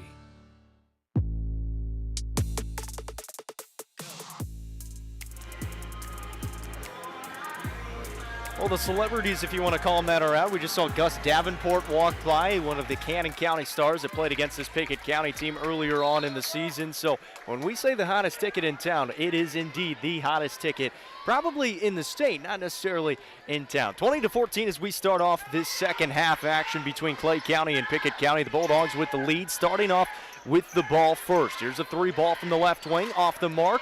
Rebound picked up by Kaylee Tompkins, and she is fouled by Eliza Jenkins. So I mentioned it, we had 19 foul calls in that first half, 9 on Clay County, 10 on Pickett County. That's the first one here, 18 seconds in here to the third quarter, and Eliza Jenkins picks up her second. Yeah, KT's going to pick up the start here in the third quarter. Callie Reeder sitting over there with those 3 fouls. See if KT can pick up her play right here and lift this Lady Bobcats team up. Shayla Wood playing with 3 fouls. Emmy Lowe gets a runner to go off the window from the left side. She's got 8 points and leads the way for Pickett County, and now only down by 4, 20-16. Jenkins will find Burchett at the top of the key, will fake on a 3, drive in, draw some contact, no call. They let him play that time, and it's picked up by Kiesling. Amonette one-on-one at the other end, putting up the shot, no good. Rebounded by Clay County. And Pickett County got fortunate. Burchett was wide open at the other end as she was a little slow to get up. They couldn't find her. So Clay County back with the basketball, leading by 4. Buford, right side to Jenkins. Looking down low to Burchett, backing down Tompkins, going up with the left hand. Good straight up defense, and then fouled from behind by Burchett. Really good box out that time by Kaylee Tompkins, KT. She was able to, get her backside on her, get her on her back, pick up her third foul. Really good rebound. That's the third foul on Burchett. She'll stay in with 6:50 remaining here in the third quarter. 20-16. Bobcats trail by 4. They've got the ball, a chance to get within 1 or 2. Emmy Lowe with it, gets a screen at the top of the key against the 2-3 zone. We'll skip it to Wood on the wing. Wood trying to penetrate, give it back to Lowe, dials up the triple, and knocks it down. The freshman is hot. Timeout taken by Clay County. It's a 30-second one, and Emmy Lowe is starting to take over. We've got a 1-point ball game, 20-19. Yeah, all of a sudden Pickett County's been able to rip their way right back into this ball game. They've cut the lead to 1. Emmy Lowe, two really nice buckets here to start the quarter off. KT a big rebound. This team's just trying to band together. Jacob, go on a little run right here and see if they can respond. This is a Pickett County team that trailed by as many as 10 points in the second quarter. They were held scoreless until the 2:45 mark of that second quarter. Emmy Lowe started to come alive from the free throw line. She knocked down a bucket. She's already into double figures now with 11 points and has reeled Pickett County back into this ball game, only trailing by 1 now with 6.5 remaining in the third. Yeah, Shayla Wood out there also motivating, clapping her hands really hard, trying to energize this Lady Bobcat defense. Still full court pressure and a 1-2-2 full court press here for Pickett County. They'll back out of it and go to man-to-man. Liza Jenkins will set up the offense, give it off to Zoe Hayes. Zoe Hayes at half court, drifting to the right side, now working back to the left side for Burchett on a flare screen. Lost the handle, got it back, still dives on the ground for it. Now looking for some help. That should be a travel. She rolled over, but instead they grant a timeout call to Coach Walker on the sideline. Their second 30-second timeout taken. I guess the only reason you don't grant the travel is she did kind of lose control of that basketball as she was rolling over. Coach Walker smartly at least trying to take the timeout, gets granted it. Yeah, he's going to be able to keep the possession right over there in front of his bench, too. Really nice that he was able to get it. I'm with you, Jacob. Not sure if there was possession there or not. But regardless, they got the timeout. It's going to be Clay basketball. We're up 1 with 6:08 to go here in the third quarter. So Clay County only with 3 timeouts left. I say only. They're all full timeouts, so still plenty of timeouts. Pickett County with 3 as well. They've got 2 fulls and 1:30. 6:08 remaining here in the third. Pass down low to Ashlock. Got past 2 defenders, and then it's stolen away by Emmy Lowe, but they called a jump ball. Man, that was a quick whistle. Still going to be Pickett County basketball, but they blew that one dead quickly. Looked like Lowe just ripped it out of the hands of Ashlock. They blow it dead. It's going to be Pickett County ball after the change of possession. Burchett is going to check out for Eliza Jenkins with 3 fouls. Yeah, it looked like she just went in there and ripped it away. The officials had a little quick whistle there. 5:59 remaining here in the third. A 1-point advantage for the Bulldogs. Emmy Lowe will give it to Amonette on the right wing. Amonette looking, surveying, will pass off to Shayla Wood, move it left side for Kiesling. Here's Emmy Lowe again on the left side, free throw line extended. Lowe drifting to the right side, finds Amonette. They got to get the ball in the middle of that zone if they can. Haven't tried it yet. They've got 2 players in the high post. Amonette looking. Back to Lowe, top of the key. They've got Kaylee Tompkins running around that lane area, trying to get open. Now they clear out. Lowe takes it to the basket, off the window, and good. Wow, that's one way to break it, too. She got up in there between defenders. She's able to get it high on the glass and get it to go down. That ball poked from behind by Lowe, goes out of bounds here on the near sideline, and Emmy Lowe is just doing everything for this Pickett County team right now. 5:18 to play. Pickett County again with their first lead since the first quarter, 21-20. Here is Hayes with the basketball. Pass off to Jenkins. Jenkins, middle of the lane. Skip it right side for Ashlock. Give it back to Hayes on the wing. Hayes will then give it off to Buford, top of the key. Hayes will come back to get it and reset the offense between the circles. Coach Smith over there motivating his team, trying to get him up on defense. Ashlock down low, missed it. A whistle and a foul called. Shayla Wood saying she had the basketball in her hand, and it sure looked like she did, but Shayla Wood going to be tagged with her 4th foul.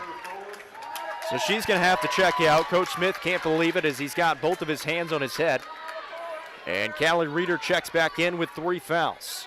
5 minutes remaining here in the third. Ashlock stutters, lets it fly on a 3 attempt, no good. That ball out of bounds is going to belong to Clay County as Kaylee Tompkins touched it last. 21-20, Lady Bobcats on top by 1, but in some serious foul trouble as Shayla Wood has 4. Callie Reeder's got 3, and Callie Reeder on the court right now. Shayla Wood on the bench. 4:50 remaining here in the third. Bulldogs with the basketball, trailing by 1. Ashlock on the right wing is going to fire up the triple. It's off the mark and rebounded by Emmy Lowe. Emmy Lowe will bring it up, looking for Amonette the left side. Fires it away from the wing. Can't bank it in as it was drifting towards that left side, but didn't have enough on it to bank it in. Missed it, and the Bulldogs will have it back. This is Buford with it on being guarded by Amonette. We'll give it off to Ashlock on the perimeter right side. Give it back to Buford. Now looking for some help for Zoe Hayes, who will reset the offense. 4:15 remaining here in the third. Hayes drifting to the right side, down low, looking for a shot is Hayes. Can't get it up. We've got a whistle and a jump ball called.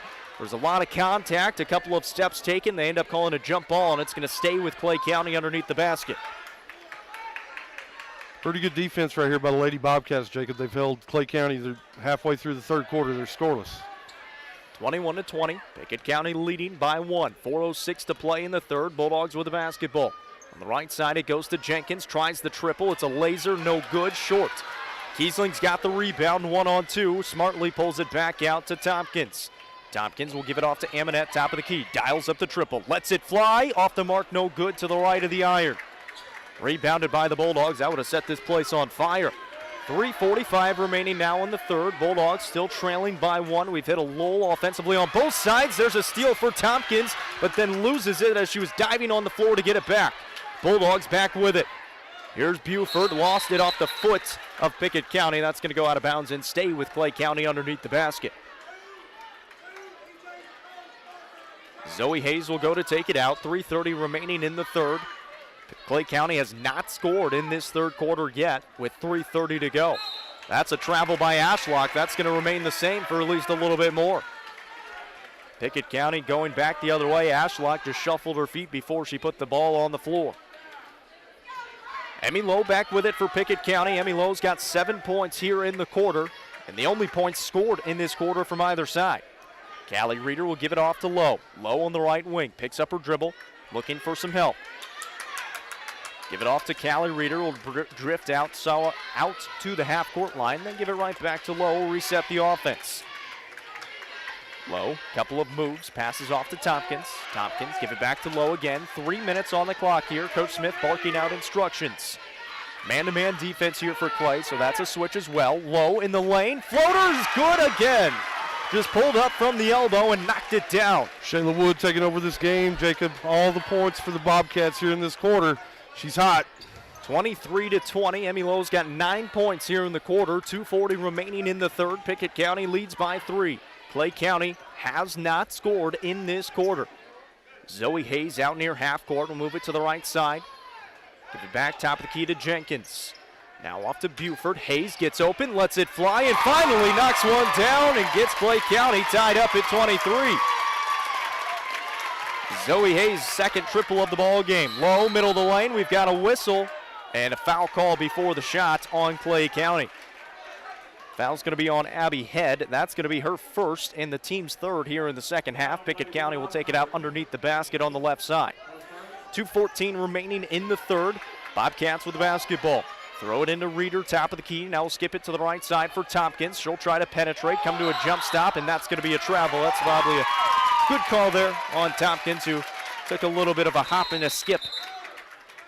Tried to get away with it. They called her on it. Cherokee Upton checks in here for Clay County for Abby Head. Only the fourth turnover of the night, though, Jacob, for the Lady Bobcats. They've taken care of the basketball. It's hard to get any shots to go down. Good defense by both teams. It's really what's kept them in this ball game. Tied up at 23, 2:05 to play in the third. Clay County with the basketball. Looking down low on the block for Ashlock. Spins on Reeder, left hand, no good. It was a good move. Reeder had the rebound, missed it. It was stolen away by Buford, but then blocked by Reeder out of bounds. Clay County will keep it underneath the basket. I think they missed a walk right there on the post entry pass. She wanted to go right. I think she moved a couple of pivot feet before she was able to go back to the center of the lane. That pass almost stolen, poked out of bounds by Emmy Lowe. The defense is really ramped up a notch here for Pickett County, getting into those passing lanes, making it difficult for the Clay County offense. Which is a big reason why they've only scored 3 points here in the quarter. And I will say that 3 points was a big 3 points and a nice play run for Zoe Hayes on the top of the key. So Clay County still with it. They inbound to Cherokee Upton on the left wing, being guarded by Lowe. Give it back to Jenkins, drives on the baseline, bounce it off to Ashlock. High post entry to Buford, puts up the left-handed shot and somehow gets it to fall. Really nice play with the left hand right there over Callie Reeder. Here's Emmy Lowe. Driving in, middle of the lane, right hand, got fouled. She'll be at the line, and I think she kind of got bailed out on that one. They say they hit her on the head, and she tried to hang in the air to draw that contact, and that's essentially what happened. That foul called on Zoe Hayes is her third. It's going to send Lowe to the line for 2 free throws. That's also the 4th team foul on Clay County with 1:33 remaining here in the third quarter. First free throw is good. She's a perfect 5 of 5 from the line, Emmy Lowe. 3 dribbles, right hand, flicks the wrist, missed it second time. Whistle and a foul call on Pickett County now. That one going to be called on Lowe. That's only Emmy Lowe's first foul, though. Second team foul on Pickett County here in the second half. Burchett will check back in with 3 fouls. Check that. Yes, they do check back in. So Pickett County in that 1-2-2 full court press with 90 seconds to play in the third quarter. Ashlock across the timeline, breaks it easily. Pass off Burchett, gets to the left block, puts up the shot. Couldn't get it to go. It sat on the rim, but she got her own rebound. Back up and in. Strong move for Burchett. She's got 5. Nice offensive board. Really nice. Lake County back on top, 27-24. 1:13 remaining in the third. Pickett County with it. Transition 3. Emmy Lowe is good again. Has not missed in this third quarter other than the 1 free throw. Ties the ball game up at 27. Jenkins, top of the key. 3-on-2. Burchett, triple from the left wing. Yes! Now the offense has come alive. 30-27, Bulldogs on top. 49 seconds remaining in the third now. Kiesling trying to answer. That one a little bit deep. Rebounded by Ashlock. Lake County will have it. A chance for the final shot if they want it. Now they're in transition. Jenkins, bounce off Burchett, off the window, and good. Well, you move quick, you get an easy 2 points. That's what happened in Clay County. Back up by 5 now, 32-27. The offenses have finally come alive. 20 seconds to play in the third. Pickett County with the ball. Emmy Lowe with it. Lowe looking to the right side as the Clay County fan base comes to life. 10 seconds now on the clock. Lowe still dribbling around, drifting to the right side with 6 seconds. Driving in, Lowe, right hand, floater, no good. That's her first missed shot of the quarter. 3-quarter court shot from Jenkins is short, and the third quarter comes to a close. Clay County puts on a charge at the end. They lead by 5, 32-27 as we head to the fourth. Time is money. And if your car's transmission is out of sorts, if your heating and cooling system is on the fritz, if your car will not start, it's costing you time. Pryor's Auto Spot gets it repaired. Work done right, on time. And that puts money back in your pocket. And Pryor's has tires to keep you running. No need to go anywhere else. Pryor's Auto Spot, 8410 Highway 111. Save time. Schedule your repair job at pryorsautospot.com. Getting your vehicle repaired. Pryor's. 117 years of serving the Upper Cumberland. Not many businesses can say that. Union Bank can, and yet Union Bank keeps changing to meet the needs of today. Mobile banking, text banking, you pay bills, Union Bank makes your life easier. And when you want to dream a new home, a new business, new car, local people sit down with you to make it happen. Union Bank, Highway 111 Birdstown, also Jamestown and Clark Range. Years of service, modern tools to be your bank. Union Bank, member FDIC, equal housing lender.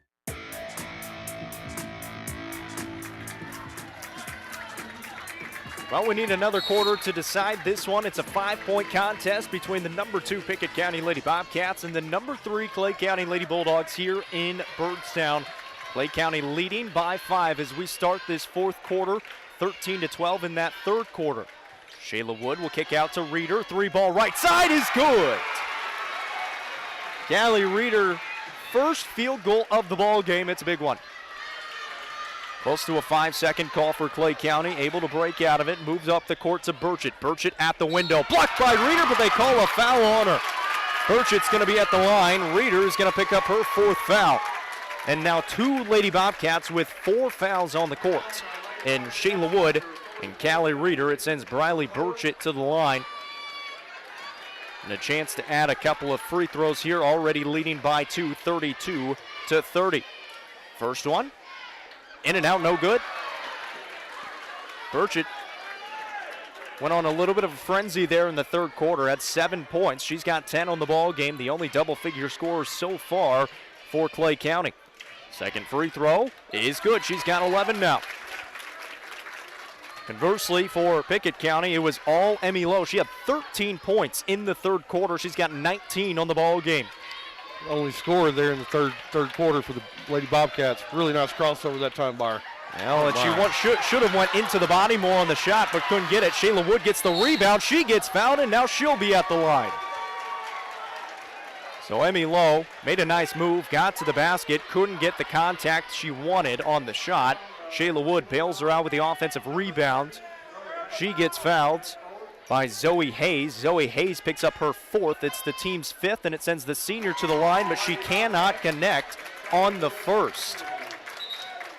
Usually a very sure free throw shooter. Missed it short and left. Bella Ashlock will check in for Clay County as Abby Head, check that. Zoe Hayes will take a rest on the bench with those 4 fouls. Wood's second free throw is good. She's got 3 points in the contest. It's 33-31. 50 seconds into the 4th. Ashlock cross-court pass to Burchett on the wing left side. Picks up her dribble, will bounce it on the baseline to Buford. Buford will move it top of the key for Head. Head into the high post now for Burchett. Faces up on the right side, finds Head, drives in, and now she's going to be fouled from behind by Emmy Lowe. Emmy Lowe did another one of those wraparound, tried to poke it away from behind.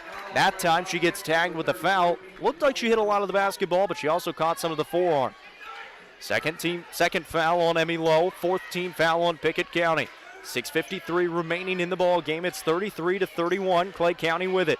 Jenkins post entry to Burchett, trying to pass it off to Ashlock. It's picked up by Pickett County now and stolen away. Shayla Wood up to Kiesling, left side, lays it in. We're tied at 33.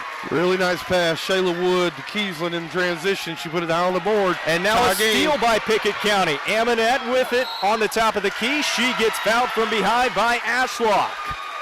6th team foul on Clay County. That foul on Ashlock is going to be her 2nd. It was Shayla Wood and Emmy Lowe that put the pressure on the Clay County guards in the backcourt, forced the turnover.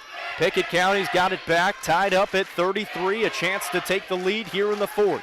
Fans are back into it too, Jacob. Student section on their feet. Lowe on the top of the key, finds Amonette. Amonette give it back to Lowe on the right side. Callie Reeder battling Burchett down low. Now we'll set up the offense. Lowe gives it to Reeder on the wing. Here's Wood. Give it back to Lowe, right side, down low to Reeder, takes a dribble, spins around, left hand is good. Wow, really nice move right there by the freshman. 2-point lead for Pickett County, 35-33. Jenkins in the middle of the lane, skip it to the right side for Buford, who will drive in, get to the basket, left hand is good, and we're tied up again. Wow, another nice move. Way to get to the rack right there by Buford. Beautiful play. Kiesling at the other end has 2 defenders hound her. The ball's loose on the ground and picked up by Clay County. Jenkins has it, but it's 1-on-4. She'll slow it up and wait for her team to catch up. Tied up at 35, 5.5 to play here in the 4th quarter. Bulldogs with the basketball. Down low, Burchett, backing down Reeder, putting up the shot, getting it to go with the right hand. Nice move by Burchett. She's got 13 points in the ball game and gives Clay County the 2-point advantage. 5:13 remaining. Right side for Shayla Wood now for the Bobcats. Top of the key to Reeder. Move it left wing for Lowe. Shot fake and skips it to the right side for Kiesling. Lets it fly off the mark deep. Kiesling unable to find it here in this ball game. She's only knocked down 1 triple. Buford up ahead to Jenkins. Jenkins saves it from going out of bounds, but into the hands of Shayla Wood. Wood in transition, middle of the lane, gets hammered, and she'll be at the line. We'll see who they call this one on. If it's on Briley Burchett, that's going to be her 4th. Instead, they call it on Bella Ashlock. That's her 3rd. That's also the 7th team foul. So now 4:50 to go in the ball game, and Pickett County is going to be shooting the free throws from here on out. And Shayla Wood knocks down the first. So big point in the ball game here. Pickett County been battling that foul trouble all game long. Shayla Wood and Callie Reeder both playing with 4 fouls for quite some time now. Second free throw good for Wood. Ties the ball game up at 37 apiece. 4:48 remaining. Burchett's got it for Clay County in transition. Bounce it off to Buford in the middle of the lane. Left hand off the window is good. She's pretty impressive with that left hand. She's got 12 points. Clay County back on top by a deuce. Emmy Lowe will set up the offense. They're just trading buckets back and forth. I'm all for it. Lowe at the other end. Kick out Reeder. Wide open 3 ball from the corner. Rattled out, no good. Rebound picked up by Clay County. Bella Ashlock pushing the pace. Up it goes to Head. Fires away the deep two. In and out, no good, and rebounded by Reeder. And stolen back by Clay County. They had numbers but couldn't get it up the court. Head at the window, lays it up and in from the left side. A whistle and a timeout taken by Pickett County. That is a huge swing because Pickett County could have had an easy two at the other end. Instead, it's a 4-point swing and a 4-point lead now for Clay County, 41-37 with 4:04 to play in the ball game. 30-second timeout taken. We'll keep it right here. That was a massive one right there. Yeah, it's a big swing. You turn a almost sure 2 points into 2 points the other way. So a 4-point swing right there. Lady Bobcats down 4 to go. Coach Smith just trying to get his team regrouped over there, get them re-energized. They need a bucket right here on the offensive end. Need a couple of stops defensively, get some momentum going. Let's figure out which players right here are going to step up, Jacob. 2 timeouts left for Pickett County. Both of them are full timeouts. Clay County has 3 timeouts left. 17 fouls on Clay County means Pickett County is in the bonus. 14 fouls on Pickett County, so still a few away from sending Clay County to the line for the rest of the game. Under 4 minutes to play. It's a 4-point advantage for Clay County. Pickett County's got the basketball. Emmy Lowe with it up the right side on the wing. Into Kiesling in the corner. Down low Wood. Got position. Puts up the shot. Tried to draw the foul. Couldn't get it and missed it. Tried to get her own rebound, but that was stolen away by Burchett. Quickly the other way. Buford's got it. Skip it over to Burchett. Top of the key. Give it back to Zoe Hayes. Now Clay County, if they want to, they can just be very methodical offensively with the 4-point advantage and try to waste some time. Here is Head. 3 ball from the wing. No good. Long rebound, though, is picked up by Pickett County. They'll try to push the pace. Shayla Wood to the basket. Right hand too strong. Amonette rebound. Back up and good. Amonette was there at the right time to clean up the trash. Makes it a 2-point ball game, 41-39, and then not too smartly reaches in for the foul. That's going to be Amonette's second and the team's 5th. Bella Ashlock will check back in here for Clay County. That'll send Liza Jenkins to the line. To the bench, I should say. 3:09 to play in the ball game. It's a 2-point lead for Clay County, 41-39. Clay County 2 fouls away from going to the line for 1 in bonus. Zoe Hayes will pass off to Ashlock, move it to the right side for Abby Head. Head will bounce it down low to Burchett, gets double teamed. That ball loose. It's stolen away by Allie Amonette. Nice defensive play right there by Allie Amonette. Emmy Lowe leading the break now for Pickett County. Off to Amonette, top of the key, give it back to Lowe. She'll reset the offense with 2:43 on the clock. It's number 2 versus number 3. Pickett County number 1 in the district standings, a game ahead of this Clay County team. That pass down low to Callie Reeder is going to be a jump ball, and I think they're fortunate for that because it was either going to be out of bounds, and I think they called it a jump ball. No, I think they were saying both players had the ball. The defender was out of bounds, so they're going to give it back to the offense right here. Well, that's good because it would have been Clay County basketball if it was a jump ball. Shayla Wood with it, down low, off the window, no good. Rebound picked up by Burchett and then fouled by Shayla Wood, and that's going to be Shayla Wood's 5th foul. Burchett was trying to clear out some space. Shayla Wood was just kind of standing in the wrong spot at the wrong time. And she's going to pick up her 5th foul and foul out of the ball game with 2:26 remaining. Tough night for Shayla Wood, Jacob. She hasn't really been able to get it going offensively. She's missed a couple of easy buckets or challenge buckets down around the basket that she usually makes. Tough night for her. She's going to have to watch from the bench the rest of the game. She'll finish with 5 points. 2:26 to play. It's 41-39. Clay County breaks the press easily. Abby Head at the other side gets fouled, and she'll be at the line now. That's the 3rd foul on Kaylee Tompkins. That'll send Abby Head to the line for 2 freebies. That's also the 7th team foul on Pickett County, so now both teams in the bonus. At the line is going to be Abby Head. The righty bends at the knees, knocks down the first free throw. Her 3rd point here in the 4th, good for 5 on the ball game.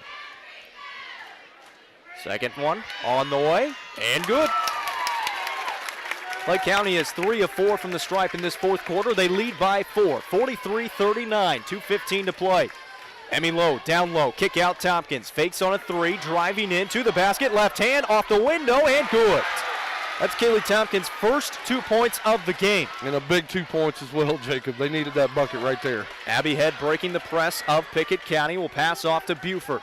Now we'll find Zoe Hayes at the 2-point ball game, 1:55 remaining in the ball game. Buford on the corner being guarded by Lowe. Clay County just moving the ball around, not necessarily looking for the shot. Now they got a wide open three, and Abby Head hits it. Abby Head got loose and was able to knock it down from the left side, makes it a 5-point game. Emmy Lowe at the other end gets pumped off the window, no good, but she'll be at the line for 2. The Clay County fans wanted to travel, but instead they call a foul on Buford. That's going to be her 3rd. The team's 8th.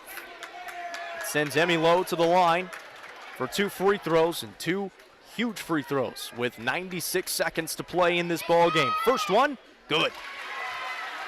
Emmy Lowe's been phenomenal in this ball game, but that's her first point of this 4th quarter after putting up 13 in the 3rd quarter alone.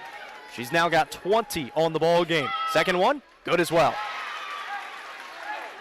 21 big ones for Emmy Lowe. It's 46-43. Pickett County needs to probably force a turnover or foul pretty quickly here with 1:28 remaining in the ball game, because if you're Clay County, you're probably not going to try to score, and there's a foul by Emmy Lowe. Not necessarily trying to foul, but she's going to pick up her 3rd, and it's going to send Buford to the line. Buford, a good free throw shooter, is 4 of 6 from the stripe already tonight. All of those came in the 2nd quarter. She's got 12 points on the ball game. That's going to be a lane violation on Callie Reeder, but the bucket is good anyways, so it doesn't matter. So first free throw good from Buford. She'll try it again and try to extend the Clay County lead with 1:25 to play. She does. 2 good free throws from Buford, back to a 5-point lead for the Bulldogs, 48-43. 3 ball coming from Lowe, off the mark, rebounded by Burchett. Clay County breaking the press easily. Up the left side goes Abby Head. Moves it over to Burchett. Clay County just going to play keep away, leading by 5 with 1:05 to play. They got a foul, but they don't have a lot of players to foul. Kiesling and Ammonette are going to have to be the ones to do it. Ammonette hasn't done it yet. They got a foul at some point. Clay County just moving the ball around. Now they're going to try to go get it at Burchett. They foul Burchett, and that'll send Burchett to the line. Foul's either going to be on Ammonette or Kiesling. It's going to be on Allie Ammonette. That's her 3rd. 49 seconds to play in the ball game. Burchett's going to be at the line for 2. Make that 1 in bonus here. Just the 9th team foul on Pickett County. The front end is no good and rebounded by Pickett County. Emmy Lowe will bring it up, and we'll get a timeout taken here by Pickett County. They've only got full ones left, so we'll take it with them. 46 seconds to play. It's 48-43. Pickett County with the ball, trailing by 5. Since 2007, Dale Hollow Exxon has been serving this community. That's a lot of buzzer beaters and great wins. Jason Meadows and the team at Dale Hollow Exxon love the Bobcats and are proud to support the team. On your way to the next game, swing in for a fill-up. Sandwiches, fresh baked goods, and delicious pizza for every Bobcat fan on your team. And of course, Synergy Supreme Gas from Exxon to keep your car running with the speed of the Bobcats. Dale Hollow Exxon. Refuel after every game at Dale Hollow Exxon. As Pickett County soars higher this year, so does Ammonette Eagle Auction. When you need your property sold, there's not a better team to call. Ammonette Eagle Auction has the knowledge, skills, and tools to get the most money for you and your family. Check out eagleauctions.com to find out more or to see information on upcoming auctions. You might find just what you're looking for. Thanks, Ammonette Eagle Auctions. When you need to get it sold, call Ammonette Eagle Auction. We soar higher.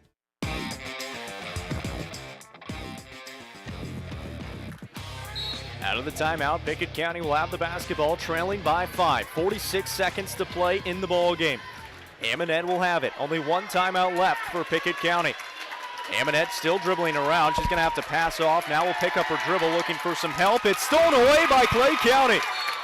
A massive turnover. And it's going to be a foul on Allie Ammonette. That's going to be her 4th, and it's going to send Buford to the line for 2 shots. They are in the double bonus now. Really good defensive possession that time by Clay County. Jacob, they face guarded Emmy Lowe. They didn't let her get the ball, forced it out to Ammonette. Really good defensive pressure, made her pick her dribble up near the mid-court line. She just turned it over right there. It was a big play. Buford has not missed here in the fourth quarter. She's 3 of 3 from the line. It's a 6-point advantage now for Clay County with 33 seconds to play in the ball game. Second one on the way. Good. Buford's been very solid in this ball game. 50-43. Emmy Lowe with the basketball. In the corner to Amonette. Sidestep. Thought about taking the triple. Now passes off to Tompkins. Tompkins over to Reeder. Top of the key. 3-ball on the way. No good. Rebound picked up by Clay County. That might just do it. 15 seconds to play. The Clay County fans can feel it. They'll get it up to Burchett. Still moving the ball around, and I don't think Pickett County's going to foul. They're going to let it play out. 5 seconds. That's what's going to happen. A massive victory for Clay County on the road. Final score, 50-43. And we've got a tie atop the District 7 standings with Clay County and Pickett County, two of the best teams in the state. What a game it was. The Bulldogs come out on top, 50-43. We'll take a short break, come back, and break it down for you. At People's Bank, we have money to lend and we would like to talk with you. If you're dreaming of a vacation, then go ahead and make those reservations. We provide funding to consolidate your debts, make home repairs, purchase a new car or truck, or anything else you can think of. The entire process is simple, with competitive rates, flexible repayment terms, and personal service that excels. People's Bank and Trust Company of Pickett County, investing in the future, one customer at a time. Equal Housing Lender, member FDIC. When your day-to-day work causes pain, when your daily exercise stops you cold, when picking up the groceries or your grandchild makes you ache, call Milestone. Milestone Physical Therapy improves lives. Milestone builds futures by finding the source of your pain. It's not about covering up the aches, it's about getting rid of them. Call 864-8090 for an appointment. 864-8090. Orthopedic care that improves your life. With over 20 years' experience, see Laura Reagan at Milestone Physical Therapy.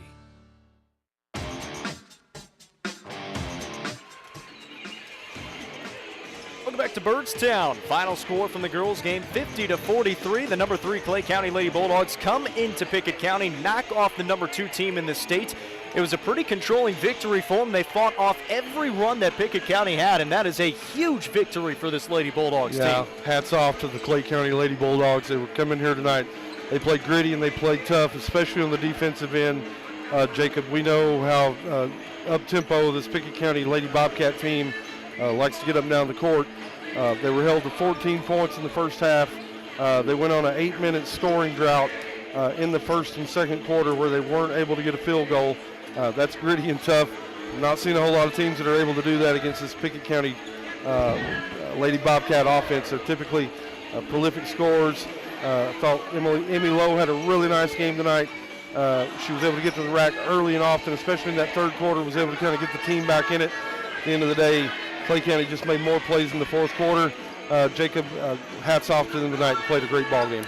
It also brings now a tie at the top of the District 7 standings on the girls' side. Both of those teams now 5-1 with 2 games to play. And guess what? The final game of district time is at Clay County. That will be for the regular season title on the girls' side. That's going to be a fun one. Final score in this one, 50-43. Let's go down the stats. 2 double-figure scores for the Clay County Bulldogs. Allie Buford had 16 points. She had 8 in the fourth quarter, was 4 of 4 from the line. Very solid fourth quarter from her.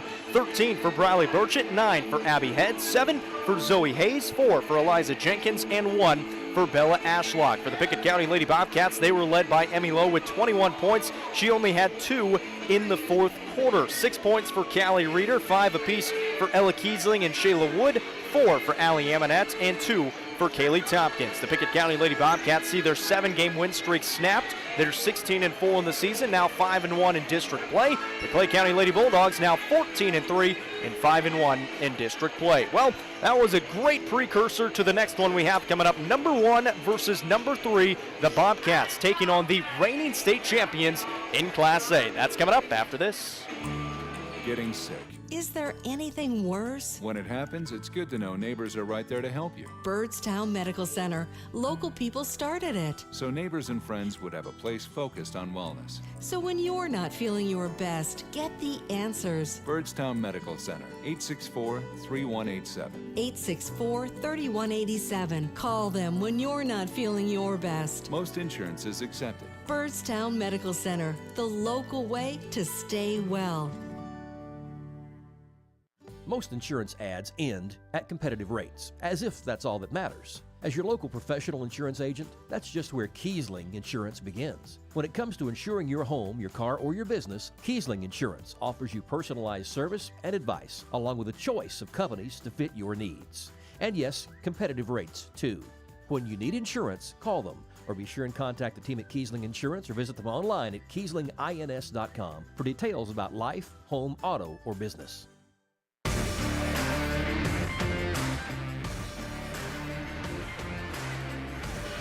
Welcome back to Byrdstown at Pickett County High School. Great precursor in the girls' game. Number 2 versus number 3. Number 3 wins it 50-43 here on the road. There's now a tie at the top of the girls' district standings between Clay County and Pickett County.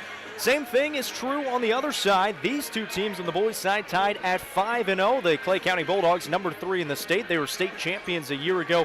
Beat Memphis Academy of Health and Sciences 62-52. The team that beat Pickett County in the semifinals 77-57. This Pickett County team has not beaten Clay County in 12 tries. Got to go back quite some time since these two teams, since Pickett County has won in this series. Yeah, absolutely, Jacob. It's going to be a fun game.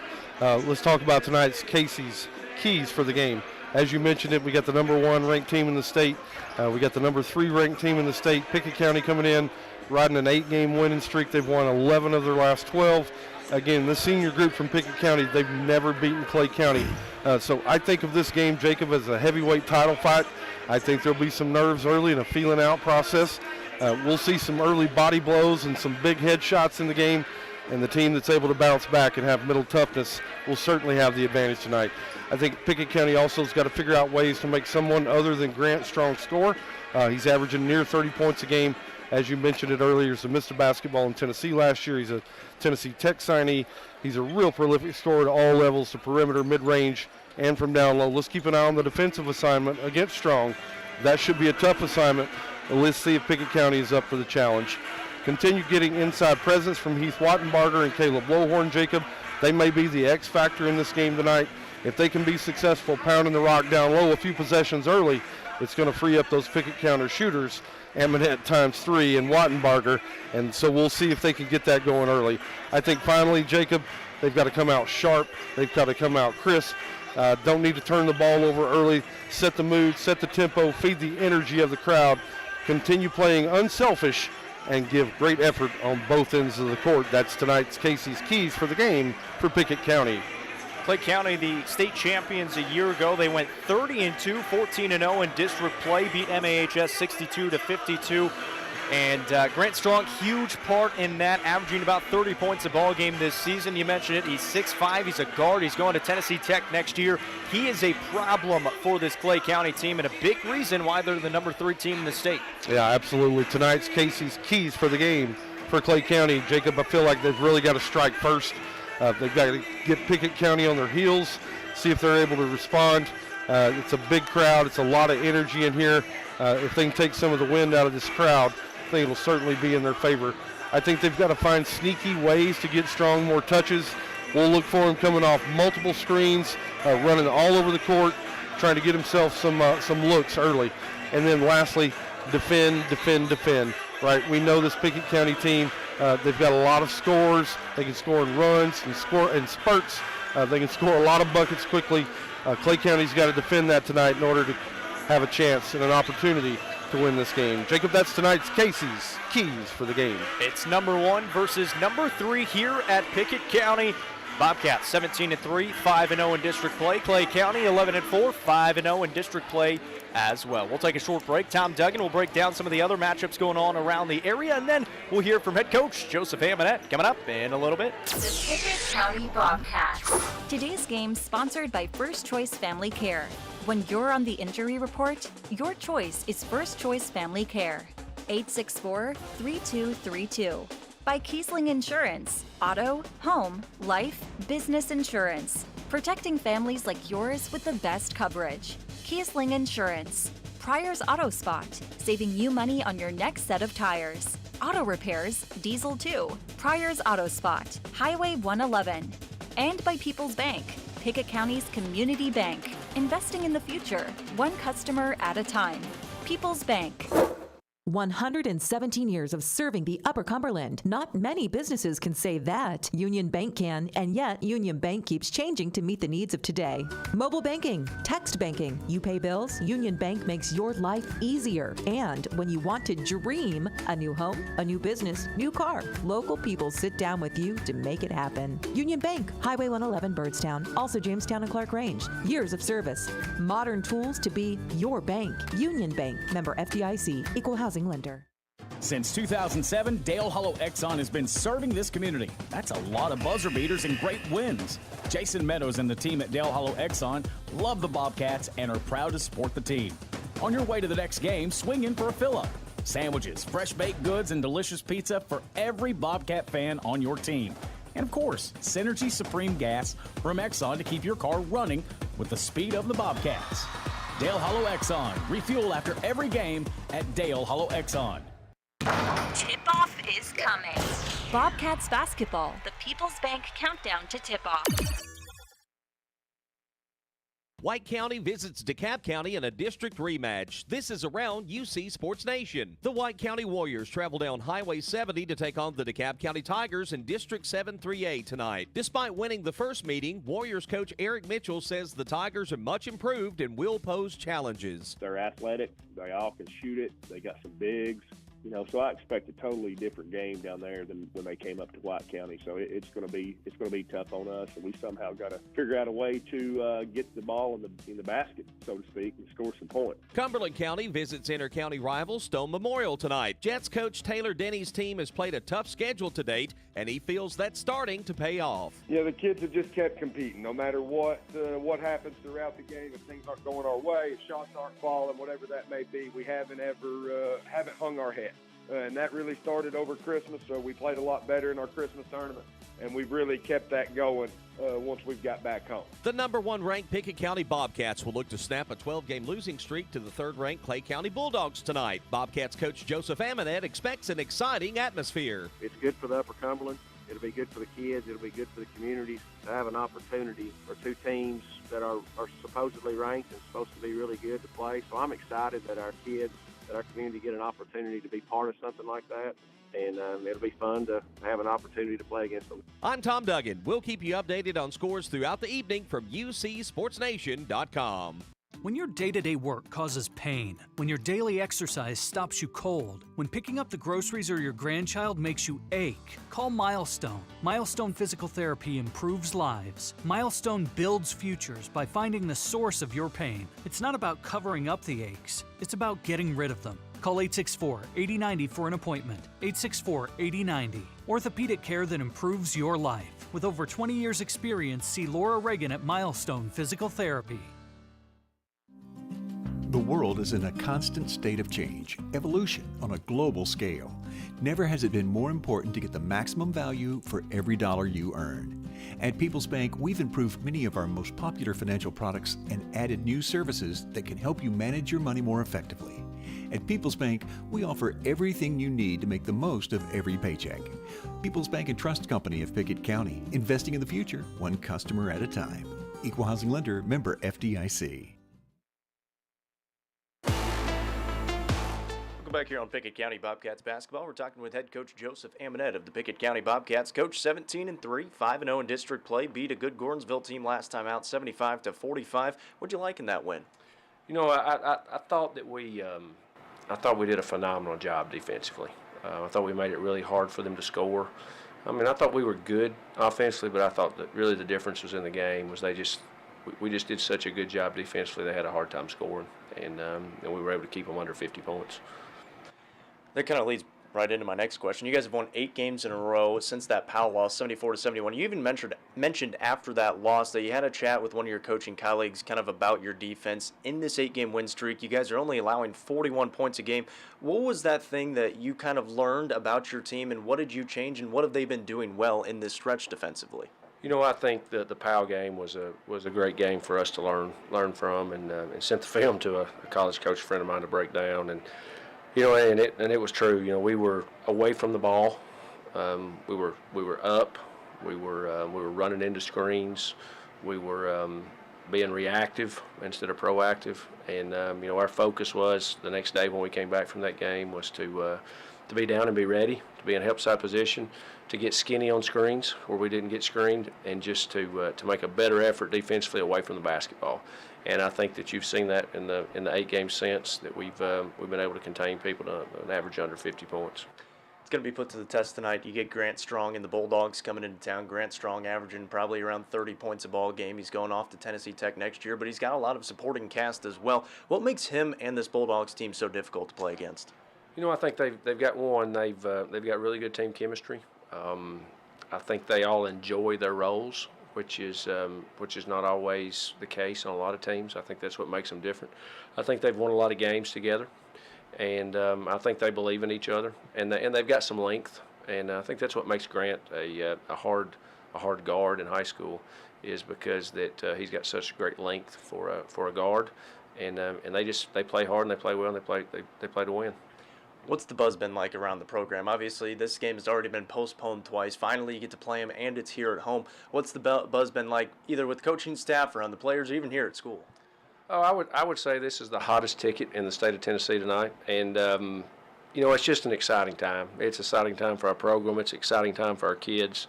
When I came back and started coaching 6 years ago, this is what I hoped that I could help be a part of, and games like this. And I don't know in the history of our school that we've ever had a regular season game where the first game is the number 2 versus the number 3 team in the state, and the second game is the number 1 versus the number 3 team in the state. So, it's just a privilege to get an opportunity for kids to get a chance to play in this game, and for me to coach in this game, and just happy for our school and the community, and I think it's going to be a great night.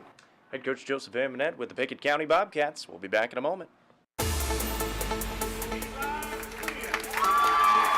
Welcome back to Pickett County High School, and if you like the first one, you're going to love this one as well. It's number 1 versus number 3. Let's go through the starting lineups on both sides. The Clay County Bulldogs 11-4 on the season, 5-0 in district play. The number 3 team in Class A, reigning state champions in Class A. They're going to send out a senior, Eli Smith, wearing the number 2. Number 3 is a junior, Jimmy Burchett. Number 4 is a senior, Jeff Spivey.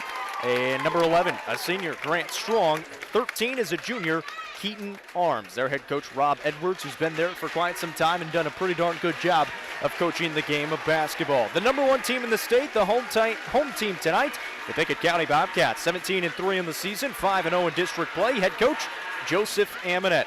He'll send out a senior, Will Amonette, wearing the number 3. A senior, Zach Amonette, he's a number 15.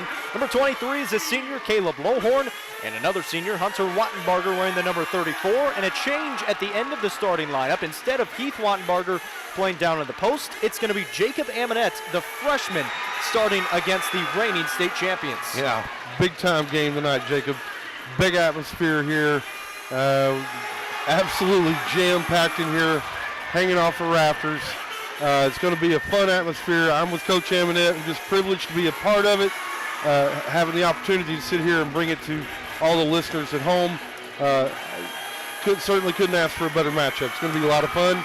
I've got my seatbelt on. Jacob better buckle up tight for this one. Now again, Clay County has dominated this series. You have to go all the way back to 2018, the last time Pickett County beat Clay County 62-55. That was at Clay County back in February of 2018. Since then, they've played 12 times. Every single time Clay County has come out victorious. They beat them 4 times last year, 2 times in the regular season and twice in the postseason as well.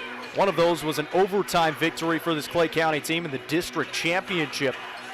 And so this Pickett County team, these seniors, they had never beat Clinton County from Kentucky earlier on in the season. Now they've got a chance to beat Clay County for the first time in their careers. Yeah. It'll be Grant Strong against Caleb Lohorn to tip it off.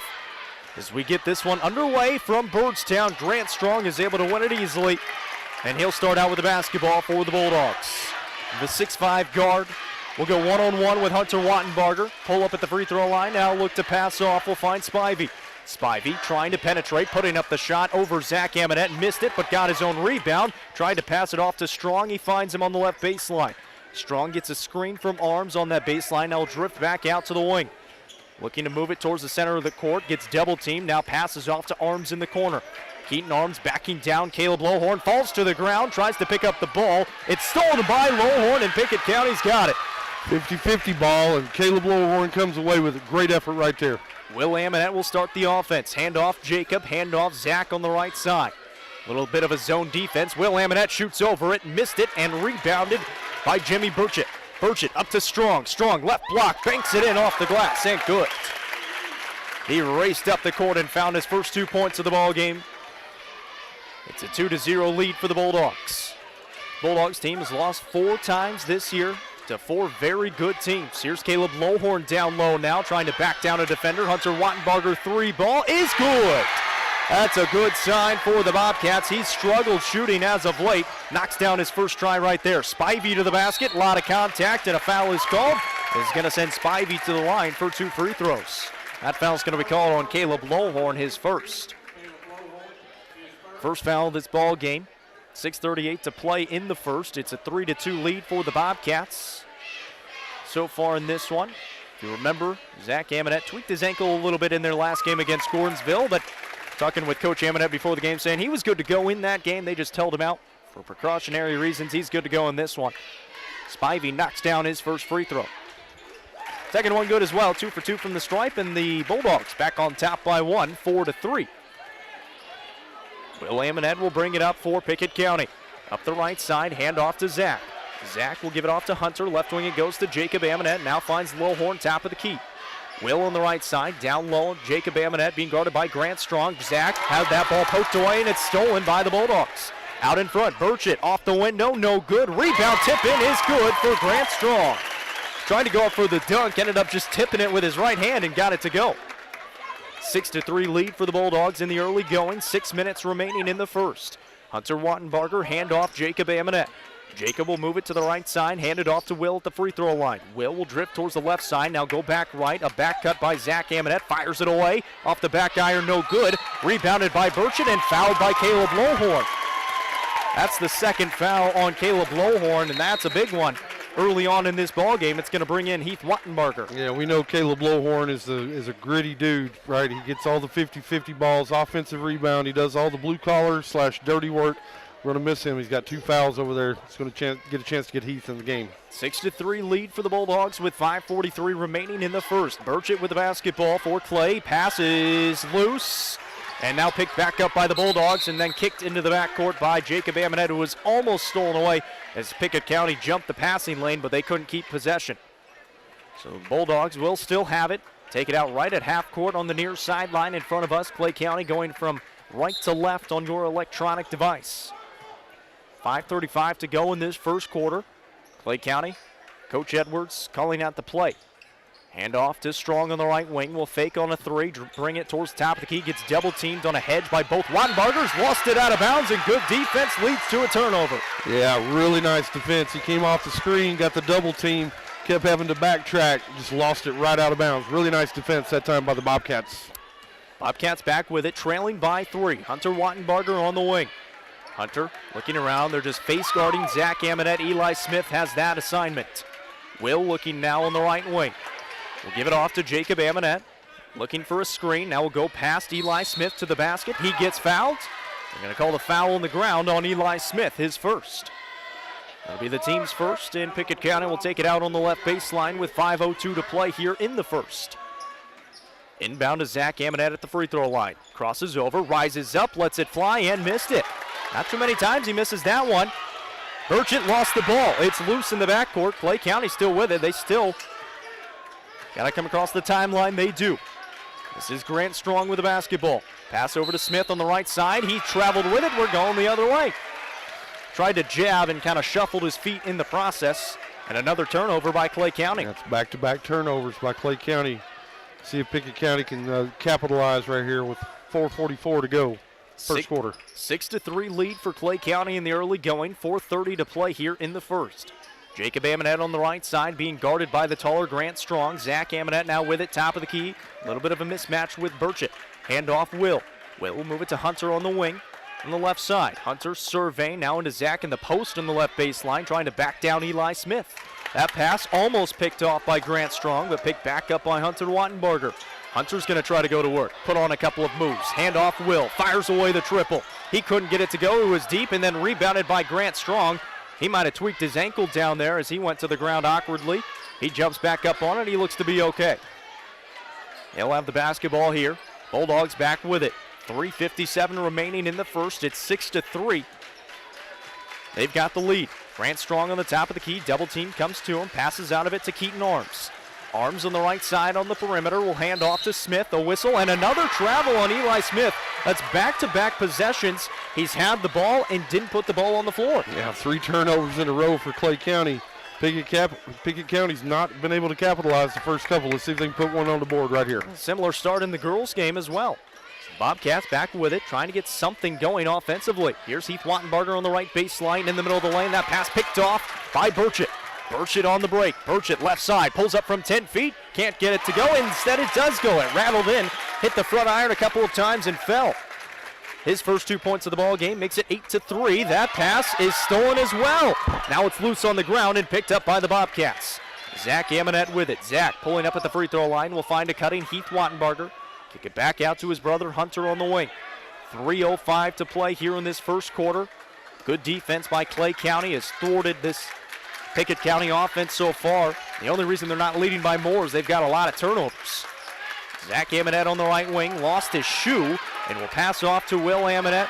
And they're not going to stop play so he can put on his shoe. And now Pickett County's just going to take a timeout. So Zach can put on his shoe and draw up a play with 2:49 to go here in this first quarter. Timeout taken by Pickett County. It's a full one. We'll take it with them. Back in a minute, right here on UC Sports Nation. It's game night, but sniffles are slowing your MVP. Your choice is First Choice Family Care. Dad doesn't feel like a pickup game. Your choice is First Choice Family Care, 864-3232. Mom's been benched all weekend. Your choice is First Choice Family Care. Taking care of your family team all year round. Primary care, preventative care, wellness. Your choice is First Choice Family Care. Walk-ins and appointments. Your choice is First Choice Family Care. Always accepting new patients. Most insurance ads end at competitive rates, as if that's all that matters. As your local professional insurance agent, that's just where Kiesling Insurance begins. When it comes to insuring your home, your car, or your business, Kiesling Insurance offers you personalized service and advice, along with a choice of companies to fit your needs. And yes, competitive rates, too. When you need insurance, call them, or be sure and contact the team at Kiesling Insurance or visit them online at KieslingINS.com for details about life, home, auto, or business.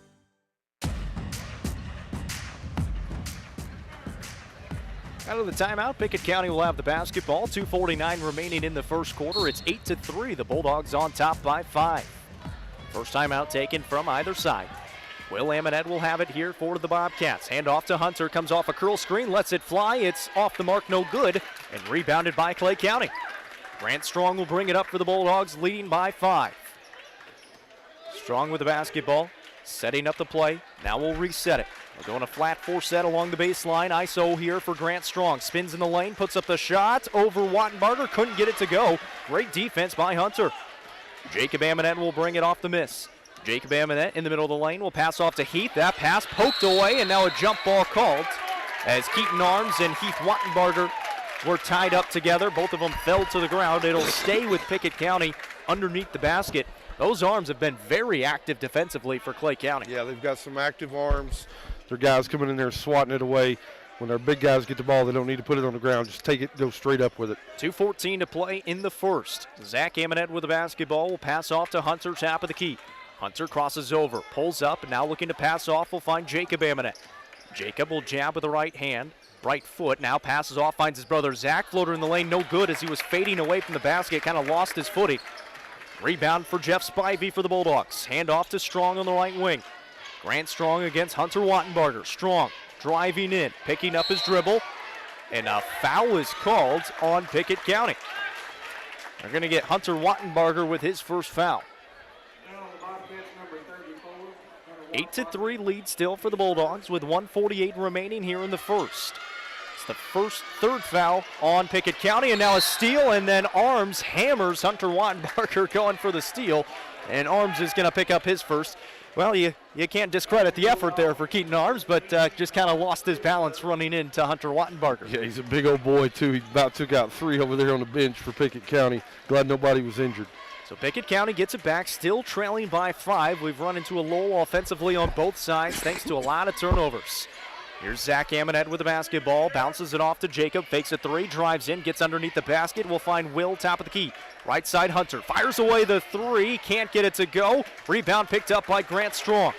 Grant will bring it up for the Bulldogs. Grant in the middle of the lane, pass down low to Smith. That pass poked out of bounds, last touched by Will Amonette. It'll stay with the Bulldogs underneath the basket with 1:19 to play in the first.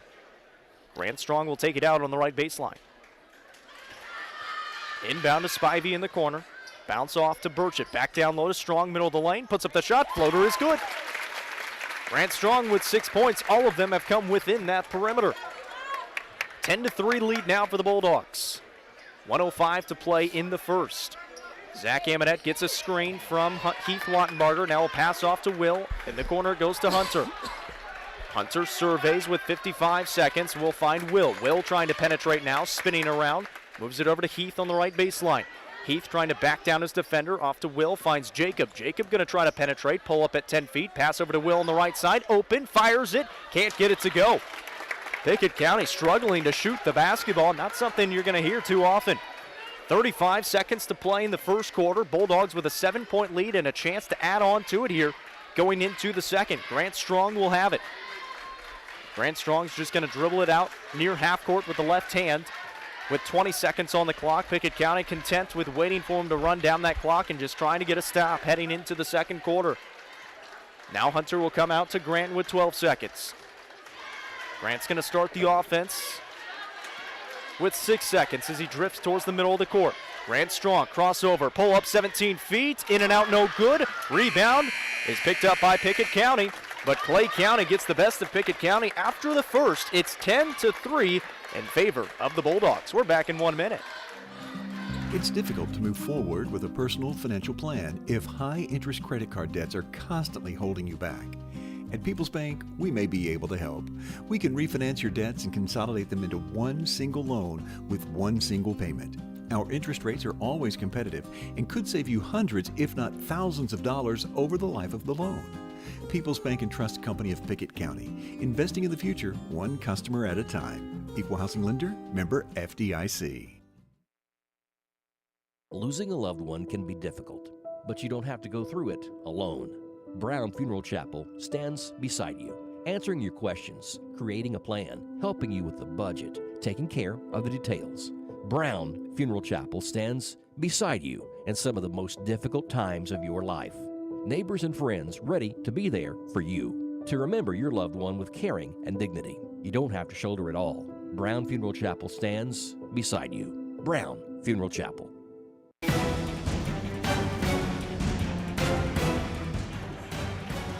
Strong defensive first quarter from both sides. It's 10-3 after the first quarter in favor of the Clay County Bulldogs here on the road at Pickett County.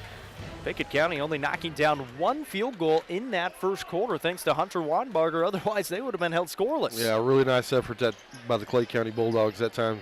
Don't think Pickett County's been held to 3 points only for a quarter in quite some time. This is a team that averages 67 points a ball game. Grant Strong trying to throw it off of Jacob Amonette on the near side, and Jacob standing strong. It's a freshman against a highly touted senior.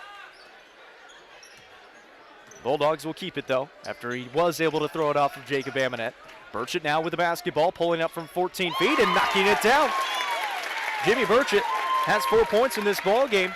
A lot of attention is going to be put on Jeff Spivey and Grant Strong, and Burchett's going to take the opportunities when they come to him. 12-3 lead now. Jacob Amonette trying to answer with a triple. It's deep, no good. A rebound picked up by Grant Strong. He'll go in transition. We've got a whistle, and they're going to call it on Jacob Amonette, saying he got into the body of Grant Strong. Jacob Amonette going to be tagged with his first. It's the team's fourth. 45 seconds in here to this second quarter in a 12-3 ball game. Will Amonette checks out. Caleb Lowhorn checks back in with those 2 fouls. Burchett will set up the offense with 7:13 to play. Spivey left wing triple, off the mark, no good. Rebound picked up by Arms, but then he was falling out of bounds, threw it back into Zach Amonette. Amonette with it for the Bobcats. He got it stolen away. Now Strong's out in front. Watch out, rises up and throws it down. Grant Strong with an emphatic deuce. And a timeout taken by Pickett County. The Clay County fans love it. 30-second timeout. for Pickett County. It's a 14-3 advantage for Clay County here at Pickett County. Yeah, very similar to the girls' game, Jacob. Pickett County's probably not scored, I think, since around the 6-minute mark in the first quarter. So they're coming up on 8 minutes now that they've not put any field goals or free throws on the board. Credit Clay County for the effort right here. We said, hey, come in, take the wind out of this crowd. They've been doing a really nice job of taking the crowd out of it. Heck of a play right there by Strong. Shows why he's high level and an elite player. Tell you what, it all starts on that defensive side. They've been very active defensively, face guarding Zach Amonette, getting the job done in the passing lanes. Can Pickett County answer? Free throw line shot coming from Hunter Wattenbarger. Short, no good. Clay County back on the break. Up it goes on the right baseline to Smith. That pass picked off by Hunter Wattenbarger. We'll go the other way now. Jacob Amonette with it. In the middle of the lane, spins off to Zach Amonette. 3 ball off the mark, no good. The Amonettes are cold from the floor shooting. Jacob Amonette off to Caleb Lowhorn. Down low, left block, wide open, 2 points. Caleb Lowhorn finds his first deuce. It's 14-5, and the Bobcats finally get on the board with 6:16 to play in the second quarter. Yeah, again, they went on about an 8-minute scoring drought right there with no points. Let's see if that'll get them fired up right here. The crowd seems to want to be back into it. Grant Strong going to go ISO again from the top of the key on Hunter Wattenbarger. Goes between the legs, crosses over behind the back, middle of the lane. Floater is good. Just kept backing down Hunter until he got deep enough. That pass is stolen by Burchett, but stolen back by the Bobcats. Zach Amonette open, right side, triple, off the mark, no good. Rebounded by Spivey. Bulldogs have it again, leading 16-5. 11-point advantage for Clay County. His team has beaten Pickett County 12 times in a row. Deep transition triple from Strong is off the mark. Rebounded by Heath Wattenbarger. Up it goes to Zach Amonette. Zach on Grant Strong. Pass off to Jacob, top of the key. He tries to penetrate. He gets fouled by Eli Smith. That'll be the second foul on Eli Smith, and that could be big for Pickett County because he has been the one face guarding Zach Amonette this whole game. Yeah, he's a little winded right now as he heads over to the bench. Heck of a job on Zach so far. He's right in his hip pocket, making him work for everything he's held him scoreless so far. Andrew Smith checks in for Clay County, as well as Bryce Bailey. Zach Amonette, middle of the lane, right hand, blocked away by Arms, but Will Amonette's got it for the Bobcats. He fakes on a triple try, finds his brother Hunter on the wing. Hunter now will try to penetrate, gets a mismatch on Caleb Lowhorn down low, and Spivey reaches across and commits the foul on Caleb Lowhorn. Nice job by Lowhorn to get positioned down low. So Spivey picks up his first foul. It's the team's fourth. Burchett checks back in quickly for Andrew Smith, who got one possession there. Pickett County will take it out underneath the basket. Inbound to Heath, reverse it over to Hunter, top of the key. Wattenbarger with the basketball, looking right side. Now we'll take a couple dribbles, move it to the right side for Heath, give it back to Hunter on the wing. Hunter trying to clear some space. Skip it over to Will on the left wing. Will Amonette with the basketball, driving on Grant Strong. Drifts back out to the perimeter. We'll find Hunter on the right side. Hunter now will look for some time. Zach Amonette, middle of the lane, to the basket. Off the window, no good. Lowhorn fighting for the rebound. Zach finds it underneath the basket. Got bumped, no call. They're letting him play down there.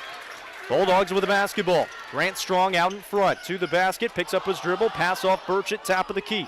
Hand off to Keaton Arms. Now we'll give it over to Grant Strong again with 4:28 to play here in the second quarter. It's 16-5. Bulldogs on top by 11 still. Clay County team has been locking down defensively. Top of the key pass here for Bailey. Move it right side for Burchett. Off to Spivey. Fakes on a 3. Drives in. Pulls up from 15. In and out, no good. And rebounded by Heath Wattenbarger. Pickett County looking for some points. 4:05 to play in the second. Will Amonette fakes a pass. Now will pick up his dribble. Find Hunter Wattenbarger. Top of the key. Hunter give it back to Will on the right side. Had a screen set for a second. Now we'll give it back to Heath. It's a mismatch with Bryce Bailey. Tries to drive on him. A double comes to him. Passes out of it to Hunter in the corner. Back top of the key to Will. Left side it goes to Zach. Pulls up from 17 feet. Can't get it to go. That ball is halfway down, but it's rebounded by Hunter Wattenbarger, and he gets fouled. Foul's going to be called on Grant Strong, his first. Tell you what, Jacob, that thing's got a lid on it right now. Just not able to get anything to go down. A lot of times when that's happening from the perimeter, the best thing to do is try to get to the rack, yourself some free throws, get a little confidence going. Got a timeout right here on the court. Full timeout taken by Clay County. We'll take it with them. 16-5 in favor of the Bulldogs. Time is money. And if your car's transmission is out of sorts, if your heating and cooling system is on the fritz, if your car will not start, it's costing you time. Pryor's Auto Spot gets it repaired. Work done right, on time. And that puts money back in your pocket. And Pryor's has tires to keep you running. No need to go anywhere else. Pryor's Auto Spot, 8410 Highway 111. Save time. Schedule your repair job at pryorsautospot.com. Getting your vehicle repaired. Pryor's. When your day-to-day work causes pain, when your daily exercise stops you cold, when picking up the groceries or your grandchild makes you ache, call Milestone. Milestone Physical Therapy improves lives. Milestone builds futures by finding the source of your pain. It's not about covering up the aches, it's about getting rid of them. Call 864-8090 for an appointment. 864-8090. Orthopedic care that improves your life. With over 20 years' experience, see Laura Reagan at Milestone Physical Therapy.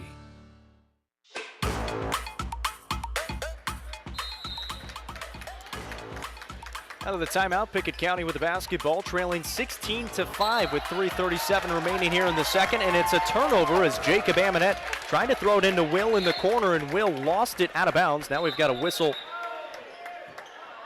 So now the referees are going to talk about something. Referees have a conference at the free throw line in the backcourt.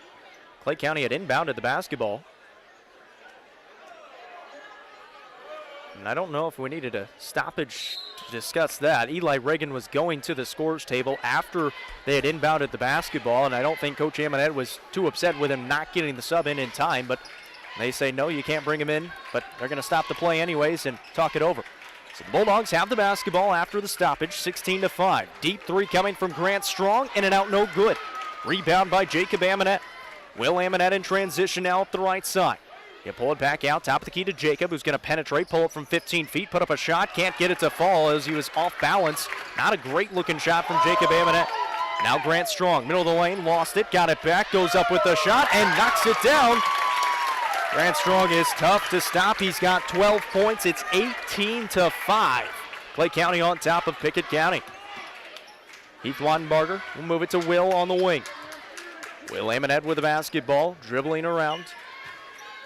Bounces into Heath, give it back to Will, drive on the right baseline, wrap it past to Jacob in the corner. He lost that one out of bounds, and tell you what, this Clay County defense is on one right now. Yeah, they're locking down, causing a lot of frustration by the Bobcat offense.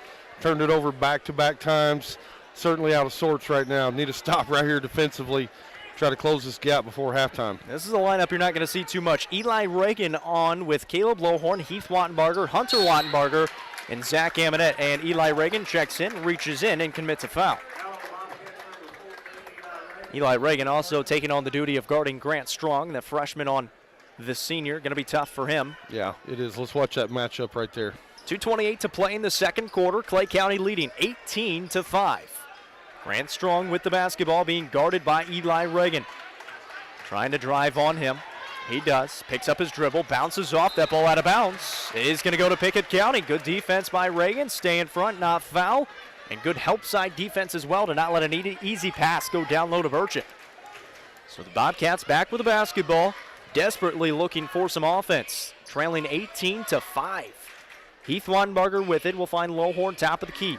With Zach on the left wing being guarded by Burchett. Looking down low to Lohorn. He wasn't looking for the basketball and just threw it straight out of bounds. Lohorn was wide open, but wasn't looking for it. It's our third turnover in a row, Jacob. The energy just dead on the Pickett County side. Clay County fans, however, they're loving it. Up by 13 with 1:50 to play in the second. Grant Strong, pull-up jumper off the front iron, no good. Rebound, though, picked up by the Bobcats and lost out of bounds. Zach Amonette had it and lost it. Eli Reagan had to dive out of bounds just to save it, but Zach couldn't corral the basketball, so the Bulldogs will have it underneath the basket. The inbound to Spivey in the corner. Spivey reverses it over to Burchett, top of the key, bounce it to Strong, lost the handle, got it back, goes up with a shot. It was blocked by Lohorn, gets it back, though. The shot on the second attempt, no good, and Pickett County will have the basketball. 1:30 remaining in the second quarter. Bobcats trailing by 13. They've only got 2 field goals in the ball game. Here's Eli Reagan on the right wing, gets to the middle of the lane, finds Zach Amonette on the left side. Amonette pulls up from the top of the key, short no good, and rebounded by Grant Strong. Amonettes have not scored in this ballgame. Grant Strong at the other end, pass off Keaton Arms, lays it up and in from the left side. A lot of attention went to Grant Strong. He found the open man in Keaton Arms, who finds his first 2 points of the ballgame and makes it 20-5. 1 minute remaining in the second quarter. Zach Amonette looking for some help, finds Heath, will give it off to Hunter at the free throw line. Hunter driving in, pulling up, floater, too strong, no good. Rebounded by Grant Strong again. That's the other thing. Grant Strong can score, but he's already got a lot of rebounds in this game, too. He certainly does on both ends of the court. Had a couple on the offensive end that kept possessions alive. He certainly dominated the defensive glass down there, too. Not a whole lot of second chance tries by the Bobcats. This has been an absolute clinic defensively for the Clay County Bulldogs, a team that gives up 58 points a ball game on average. Another foul call out top on Eli Reagan, his second, with 29 seconds to play here in the second quarter. It's 20-5, a 15-point advantage for the Bulldogs. It's Bobcat faithful just in shock right now. I think the players kind of are, too. Eli Reagan still guarding Grant Strong. Grant just trying to waste some time. Eli trying to make him uncomfortable with 15 seconds to play here in the second quarter. Bulldogs will have another chance to put on some points at the end of the quarter. Watch this one-on-one clear out right here. Grant driving right baseline, double team comes to him, pulls up from 15 and knocks it down with 3 seconds on the clock. That's going to do it for the first half. Grant Strong, a very good first half. He's got 14 points, and the Bulldogs lead 22-5 at the end of the first half. The number 3 team on top of number 1. A defensive clinic put on by the Bulldogs in the first half. We'll take a short break, come back, and break it down for you. Since 2007, Dale Hollow Exxon has been serving this community. That's a lot of buzzer beaters and great wins. Jason Meadows and the team at Dale Hollow Exxon love the Bobcats and are proud to support the team.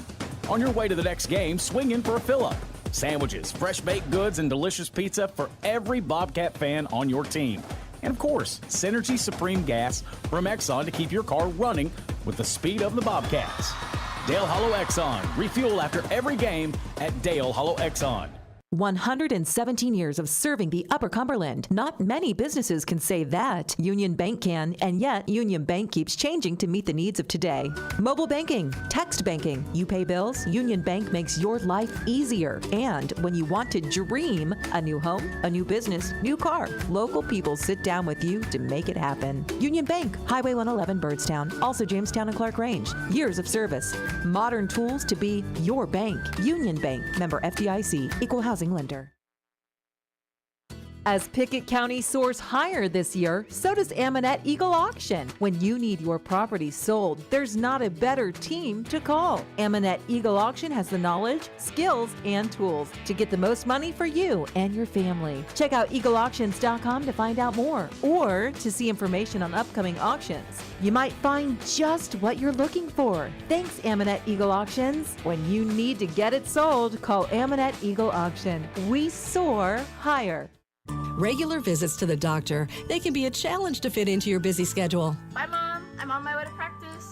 But those regular visits are the best way to keep your family healthy. Schedule an appointment today at Byrdstown Medical Center, 864-3187.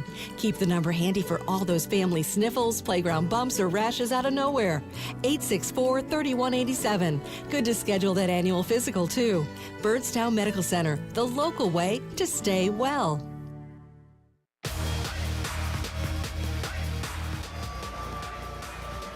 Back at Pickett County High School at halftime, the Clay County Bulldogs lead Pickett County 22-5 at the break. And Casey, I'll tell you what, I did not expect this score here at halftime, and mainly because Pickett County, they scored 67 points a ball game. This is a Clay County defense that was giving up almost 60 points a ball game.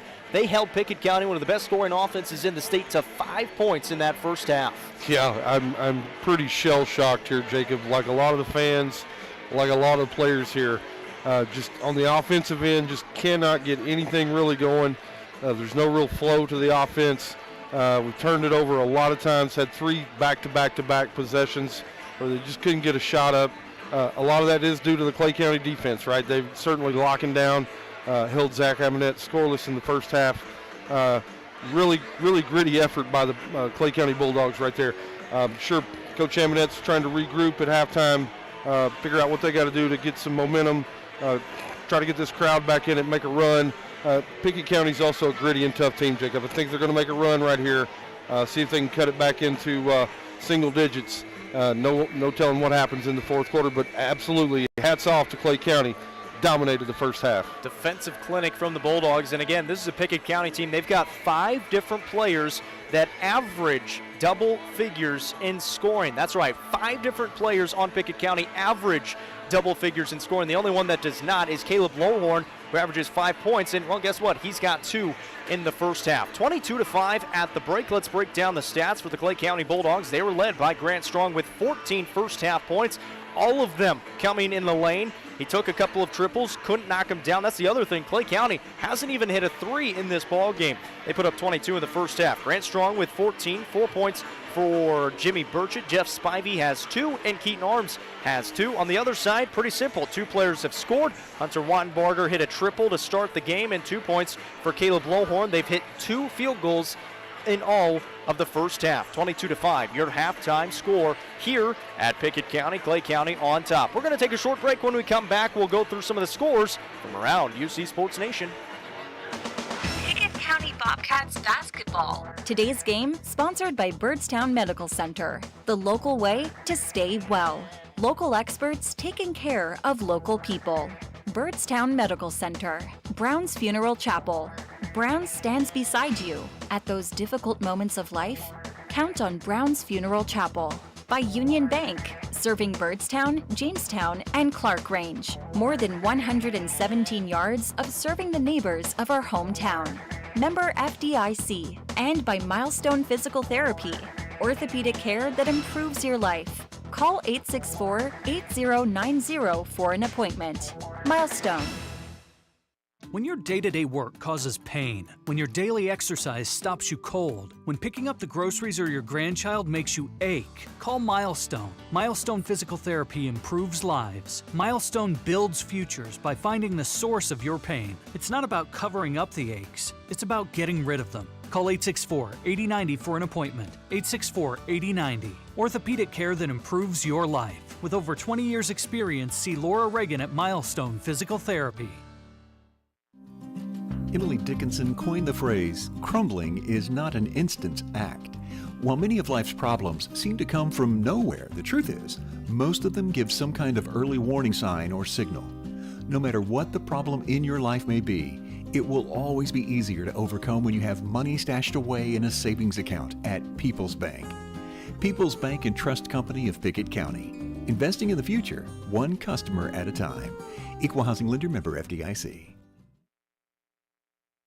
Since 2007, Dale Hollow Exxon has been serving this community. That's a lot of buzzer beaters and great wins. Jason Meadows and the team at Dale Hollow Exxon love the Bobcats and are proud to support the team. On your way to the next game, swing in for a fill-up. Sandwiches, fresh baked goods, and delicious pizza for every Bobcat fan on your team. And of course, Synergy Supreme Gas from Exxon to keep your car running with the speed of the Bobcats. Dale Hollow Exxon. Refuel after every game at Dale Hollow Exxon. Losing a loved one can be difficult, but you don't have to go through it alone. Brown Funeral Chapel stands beside you, answering your questions, creating a plan, helping you with the budget, taking care of the details. Brown Funeral Chapel stands beside you in some of the most difficult times of your life.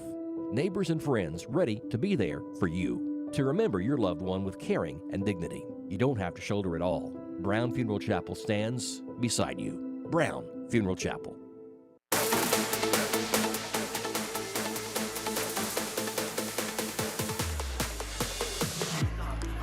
22-5, your halftime score here on UCSportsNation.com. My name's Jacob Vincent. Casey Bolden to my right. The Clay County Bulldogs on top of the Pickett County Bobcats at the break. A lot of other good action going on around the Upper Cumberland, though, Casey. UC Sports Nation scoreboard, Jacob, tonight. Girls finals. Monterey knocks off Jackson County. Final score 45-33. The number 5 team in 4A, Coffee County, knock off Warren County tonight. Final score 62-37. Fourth quarter score, Cumberland County 59, Stone Memorial 29. Down in Sparta, over in DeKalb County, the number 5 team in 3A, White County goes to DeKalb County, knocks them off tonight. Final score 43-30. The number 3 team in Class 3A, Livingston Academy, at home tonight, knock off Macon County. Final score 76-37. The UC Sports Nation game that you heard earlier, Clay County goes on the road, knocks off the number 2 team in 1A, Pickett County. Final score, Clay County 50, Pickett County 43. One other score in action, Jacob, early. Cookeville leads Wilson Central 15-6. That was reported in the first quarter. My assumption is that game's over. We'll try to get a final as soon as it comes in. Jacob, that's the UC Sports Nation scoreboard. Back to you. 22-5 at the break right now. We'll take another short break and have second half action right after this. Time is money, and if your car's transmission is out of sorts, if your heating and cooling system is on the fritz, if your car will not start, it's costing you time. Pryor's Auto Spot gets it repaired. Work done right, on time, and that puts money back in your pocket. And Pryor's has tires to keep you running. No need to go anywhere else. Pryor's Auto Spot, 8410 Highway 111. Save time. Schedule your repair job at pryorsautospot.com. Getting your vehicle repaired. Pryor's. It's game night, but sniffles are slowing your MVP. Your choice is First Choice Family Care. Dad doesn't feel like a pickup game. Your choice is First Choice Family Care, 864-3232. Mom's been benched all weekend. Your choice is First Choice Family Care. Taking care of your family team all year round. Primary care, preventative care, wellness. Your choice is First Choice Family Care. Walk-ins and appointments. Your choice is First Choice Family Care. Always accepting new patients.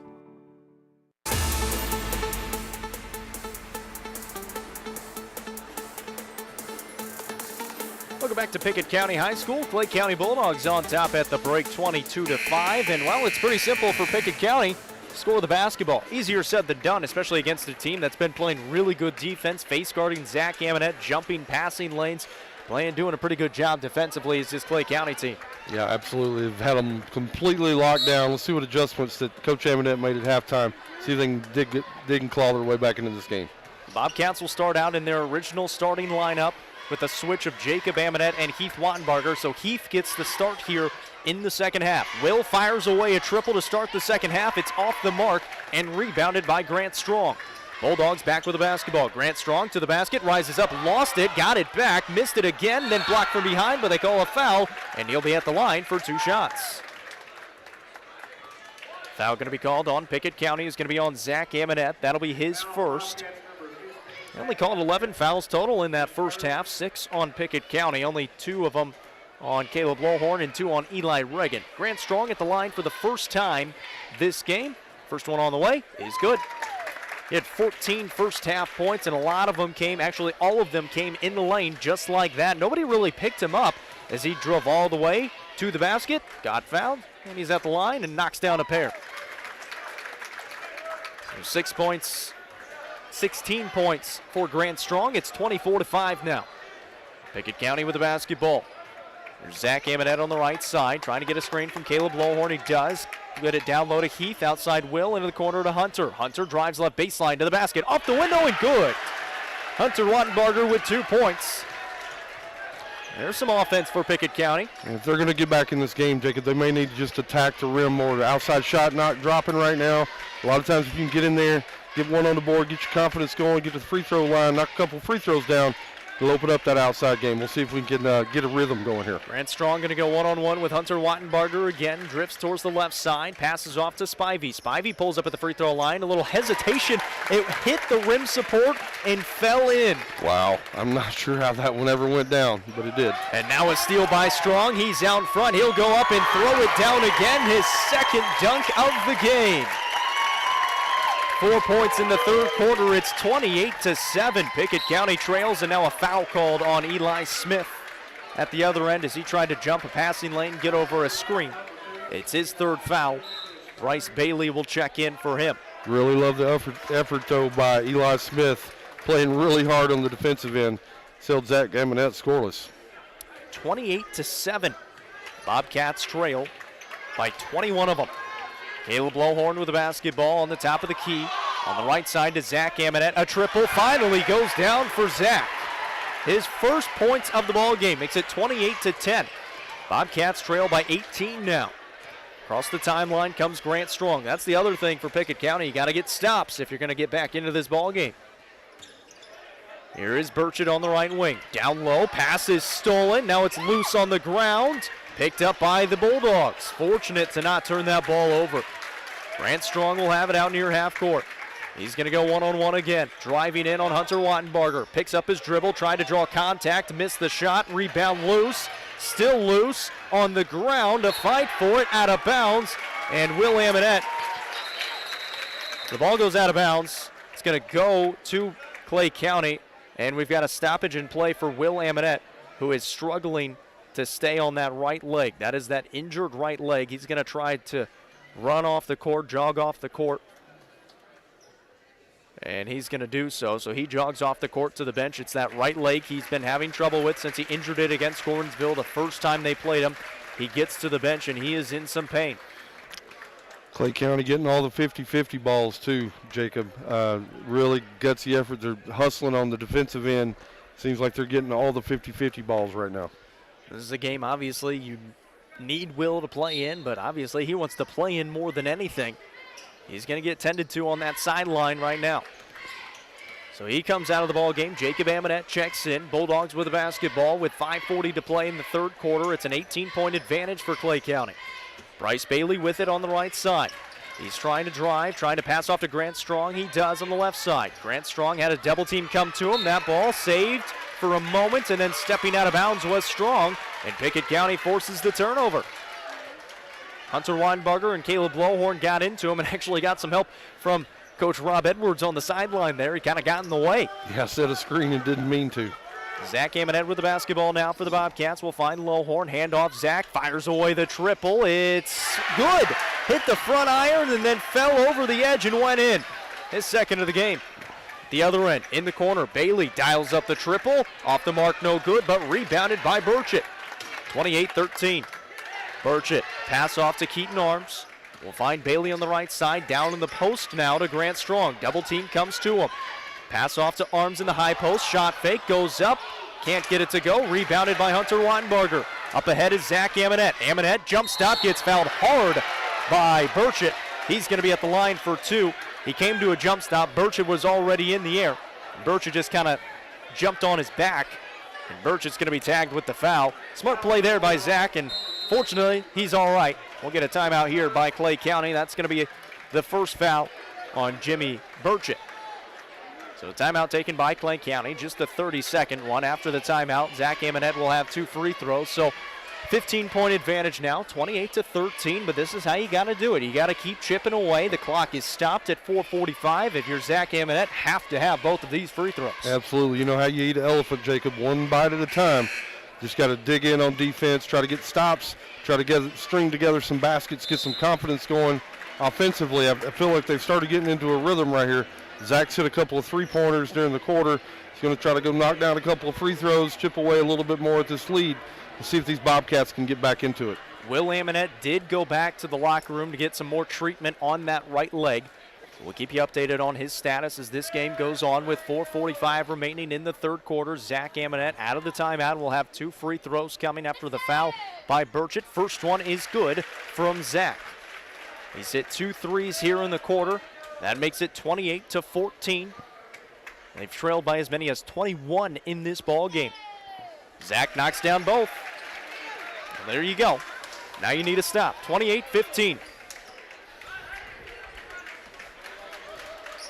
Bulldogs with the basketball. This is Burchett. Burchett driving to the left side, pulling up, letting it fly, and knocking it down. Burchett with 6 points. He's got a field goal in each one of the quarters. Zach Amonette on the right side, putting a couple moves on Burchett. Bounces off to Caleb Lowhorn, but it was not a great pass. Lowhorn couldn't handle it. Goes out of bounds. It's going to go back to Clay County. Coach Amonette not happy on that sideline. He's been just trying to will this team back into it. Clay County doing a nice job, though, of weathering the run put on by Pickett County, still leading 30-15. Right side it goes into the hands of Jeff Spivey. Down low, Strong. Double team comes to him. He gets fouled. He's trying to pass out of it, so the foul's going to be on the floor. And the foul's going to go on Jacob Amonette, his second. Second team foul here in the second half as well on the Bobcats with 4:01 to play in the third. Grant Strong will take it out on the right baseline. Inbound to Jeff Spivey. Spivey on that baseline, backing down Amonette. That's going to be an offensive foul. Like I say, he lowered the shoulder into Zach Amonette. Zach stayed straight up in good guarding position. That's an offensive foul on Jeff Spivey. Yeah, really good defensive effort that time. Zach just got a really good defensive position, got his rear end on the ground and facing him. Had to put his shoulder into him to try to create separation. Really good call by the official. Zach Amonette pull-up triple is short, no good. Rebounded by Burchett. He'll bring it up the court for Clay County. Middle of the lane, comes to a jump stop, passes out of it. Finds Spivey top of the key for a triple try. That's short, no good. Jacob Amonette's got the rebound for the Bobcats.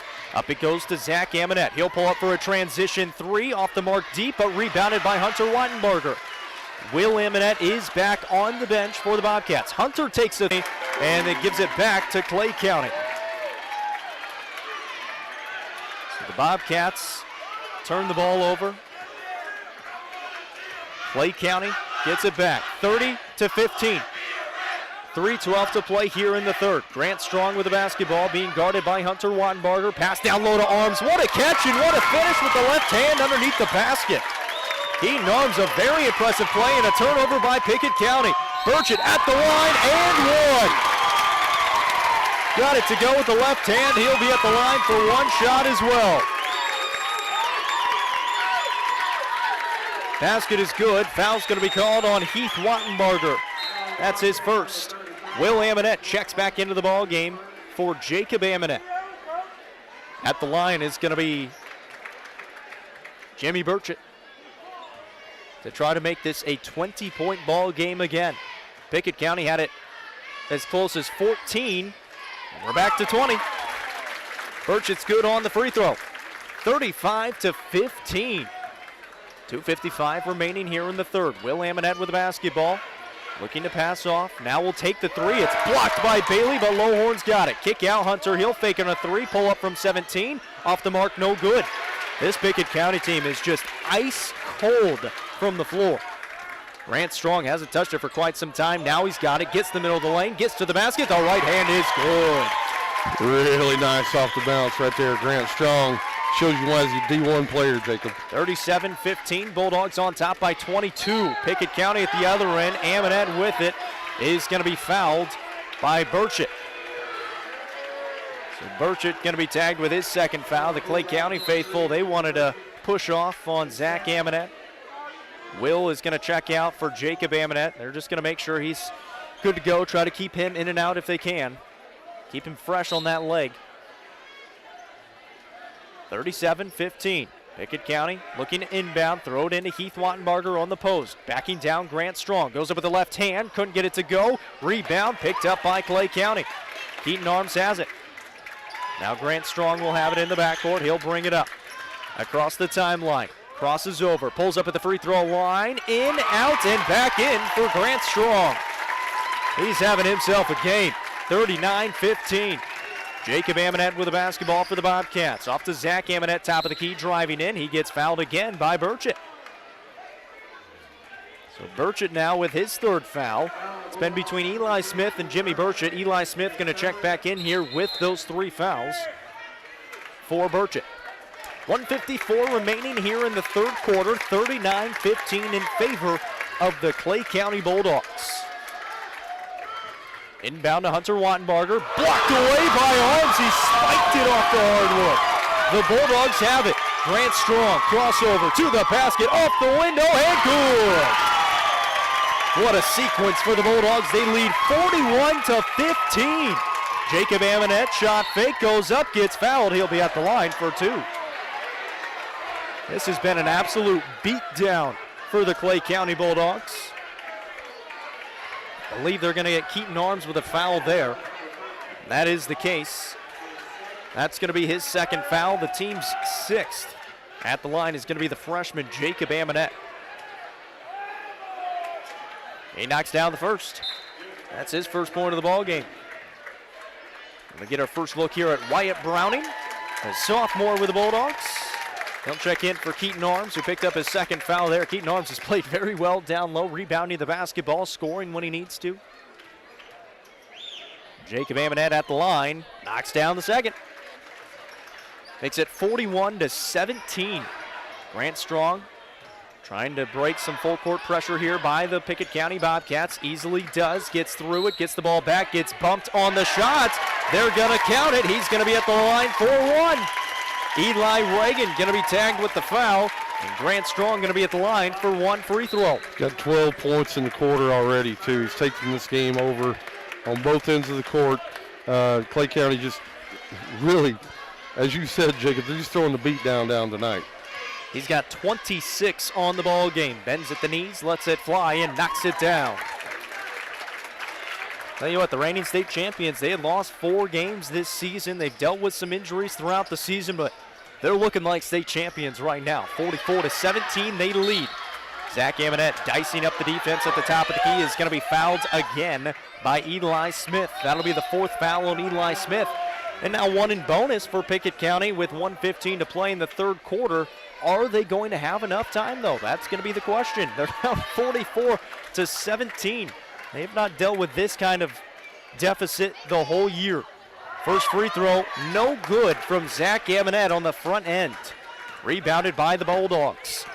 Grant Strong, middle of the lane, pass off to Smith, lays it up and in from the left side. His first 2 of the game. It's now a 29-point advantage for the Bulldogs here in Byrdstown. Jacob Amonette, top of the key, driving in, middle of the lane, trying to spin around, is blocked away by Grant Strong and then fouled by Jacob Amonette pretty hard. Grant Strong rebounded the basketball after the block, kind of screamed in the face of Jacob Amonette, and Jacob, a little frustration foul at the end of it, is going to pick up his 3rd. He'll check out. Eli Reagan will check in. His tempers start to flare with 50 seconds to play in the third quarter. The Bulldogs lead it 46-17. They have a chance to go up by more than 30 on this Pickett County Bobcats team, the number 1 team in the state. We're going to have a different number 1 team after this week. No doubt. Grant Strong dribbling the basketball at the top of the key. Hand off to Andrew Smith. Give it back to Strong with 28 seconds. They're counting, so he's going to dribble out of it. Now get a screen out near half court. Gets bumped by Lowhorn. They don't call it. Driving to the left side. Pass off Spivey, top of the key. 18 seconds to play in the third quarter. Spivey drifting to the left side. Nobody picked him up. He'll take it to the basket, and he'll lay it in. They were going to try to waste time, but, if you're going to get a wide-open layup, you'll take that too. 48-17. 5 seconds now for Zach Amonette. He'll pull up, fire the triple. It's no good. Rebound loose. Eli Reagan's got it. They don't get a shot off in time. At the end of 3, the Clay County Bulldogs lead Pickett County 48-17. We'll be back in a minute. Wellness is about people. People like Dr. Andrew Todd, Dr. Matthew J. King, FNP Benjamin Aaron. Local experts taking care of local people so you can relax and feel at home. That's the goal at Byrdstown Medical Center, making it a comfortable place where you and the team focus on your health. Being well. Byrdstown Medical Center. Schedule an appointment today, 864-3187. That's 864-3187. Byrdstown Medical Center, the local way to stay well.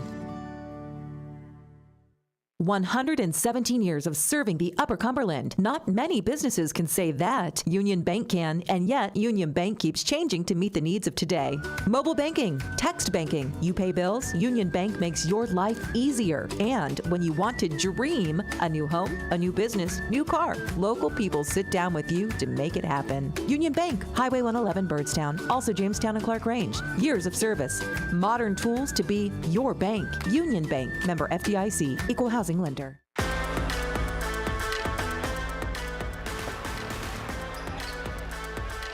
It was 10-3 after the first quarter, 22-5 at halftime, and now it's 48-17 as Clay County outscored Pickett County 26-12 in the third quarter. As the fourth quarter gets underway, Bulldogs have the basketball, and Grant Strong starts it out with another 2 points in the lane. He's got 29 on the ball game now. Pickett County just looking for something. Heath Weinbarger, right baseline, no good. Rebound picked up by Hunter. He's blocked out of bounds. Everything going in the way of Clay County in this game. pretty close to a running clock, Jacob. I didn't think we'd see that this season with this Bobcat bunch. This is the #1 team in the state, and they might get put on mercy rule. Zach Amonette can't finish at the window. Rebounded by Burchett. He'll hand it off to Strong. Strong pulling up for a triple. In and out, no good. Rebound, Arms, back up, got fouled, and he knocks it down. He'll be at the line for one. Keaton Arms with 6 points, a chance to make it 7. There is the running clock. It's a 35-point advantage for Clay County. Keaton Arms at the line. That foul is on Heath Weinberger. Free throw good for Arms. Now 36-point lead for Clay County on the road here at Pickett County, 53-17. Handoff, Hunter Weinberger. Shot fake, goes up and lays it in. He's got 7 now, makes it 53-19. Grant Strong spinning around, getting to the middle of the lane. Kick out to Bailey. 3 ball from the wing is good. Bryce Bailey from the left side. Zach Amonette at the other side. He gets fouled in the middle of the lane. Looks like they might get Spivey with this one. They do. Spivey's going to be tagged with his 3rd. That's the team's 8th, and it means free throws coming here for Zach Amonette, 1 in bonus, and we are in a running clock situation here. It's 56-19. I don't think anybody saw this one coming. Again, coming into this game, Pickett County, the #1 team in the state, 5-0 in district play, 17-3 in the season. They had been averaging 67 points a ball game. Taking on Clay County, the defending Class A state champions, who are 11-4 in the season, 5-0 in district play. They had been giving up 58.6 points per game. They've held Pickett County, the #1 team in the state, to 20 with 6.5 to play in the ball game. They've done an outstanding job defensively. They really had a great 3rd quarter. That's about all you can say about it, Jacob. Well, Zach Amonette gets into double figures with a 2nd free throw, but Zach averaging 20 points a contest, only halfway there right now, makes it 56-21. Grant Strong gonna be fouled by Hunter Weinberger. So they got him on the body. That's gonna be his 2nd foul, and now it means 1 in bonus here for Grant Strong at the line. Jacob Amonette will check in for Heath Weinberger. With this win, Clay County is going to secure themselves the top spot in the district standings, move to 6-0 in district play. Grant Strong knocks down the first free throw. The upcoming schedule for Clay County, at least in district play. They get Gordonsville at home on the 28th, and then Pickett County at home on the 4th of February. Got a whistle, bucket is good, and then they, I believe, called a foul or a late. No, they got a technical on Hunter Weinberger. So the 2nd free throw good, and then Hunter Weinberger gets tagged with a technical foul. I didn't see what he did. Yeah, it looked like he and Strong were kind of jawing back and forth after the first made free throw. A few words going back and forth, and you know what they say, Jacob, you always catch the 2nd guy. So I think they caught him giving a little jibber-jabber in between free throws to Grant Strong. He's going to go knock this 2nd free throw down. Try to knock the 2nd free throw down. He's going to have 2 more and possession of the basketball. Misses on the first attempt. He'll have another one coming up with these technical free throws. And like Casey mentioned, the Bulldogs will get the basketball as well. 2nd free throw good. He's got 5 points in the quarter, good for 32 on the ball game with 6 minutes to play. It's 59-21, a 38-point advantage for the Bulldogs here in Byrdstown. The #3 team on top of the #1 team. A stoppage is one of the referees talking to Coach Amonette on the far sideline. They're going to get a sub in for Hunter Weinberger. They bring in Heath. And now it looks like they're ready to go on the court for the Bobcats. Eli Reagan, Jacob Amonette, Zach Amonette, Caleb Lohorn, Heath Weinberger. And at a point like this in this game, and a rivalry like this one, you got to try to keep your tempers in check, but it's going to be tough to do so. Grant Strong gets an offensive rebound. Blocked, put back, no good, and rebounded by Zach Amonette. Zach will bring it up. Pull up for a 3. In and out, no good. Rebounded by Heath. He gets fouled on the way up, and he'll be at the line. Best thing that can happen for this game, Jacob, is to be over as quickly as possible. Got some tempers flaring out there. You got a 38-point ball game. Not a whole lot else you can do right here except try to get this game over with. Heath at the line, cannot connect on the free throw. Coming up next for Pickett County, doesn't get any easier. They go on the road to York on Thursday, and then they get Cumberland County at home, a 3A opponent. That's pretty darn good as well. And then they got, Clay again next week. Then they get Clay again next week. This is quite the gauntlet here. Strong lost the basketball. It's loose on the ground, picked up by the Bobcats with 5 minutes to play. Almost stolen back. Pickett County with it. Blocked from behind by Burchett. Zach Amonette tried to shoot it. Burchett said, no, sir. Spivey with the basketball now for the Bulldogs. Coach Amonette going to empty out the bench. Grant Strong in the lane. Down low, lost it.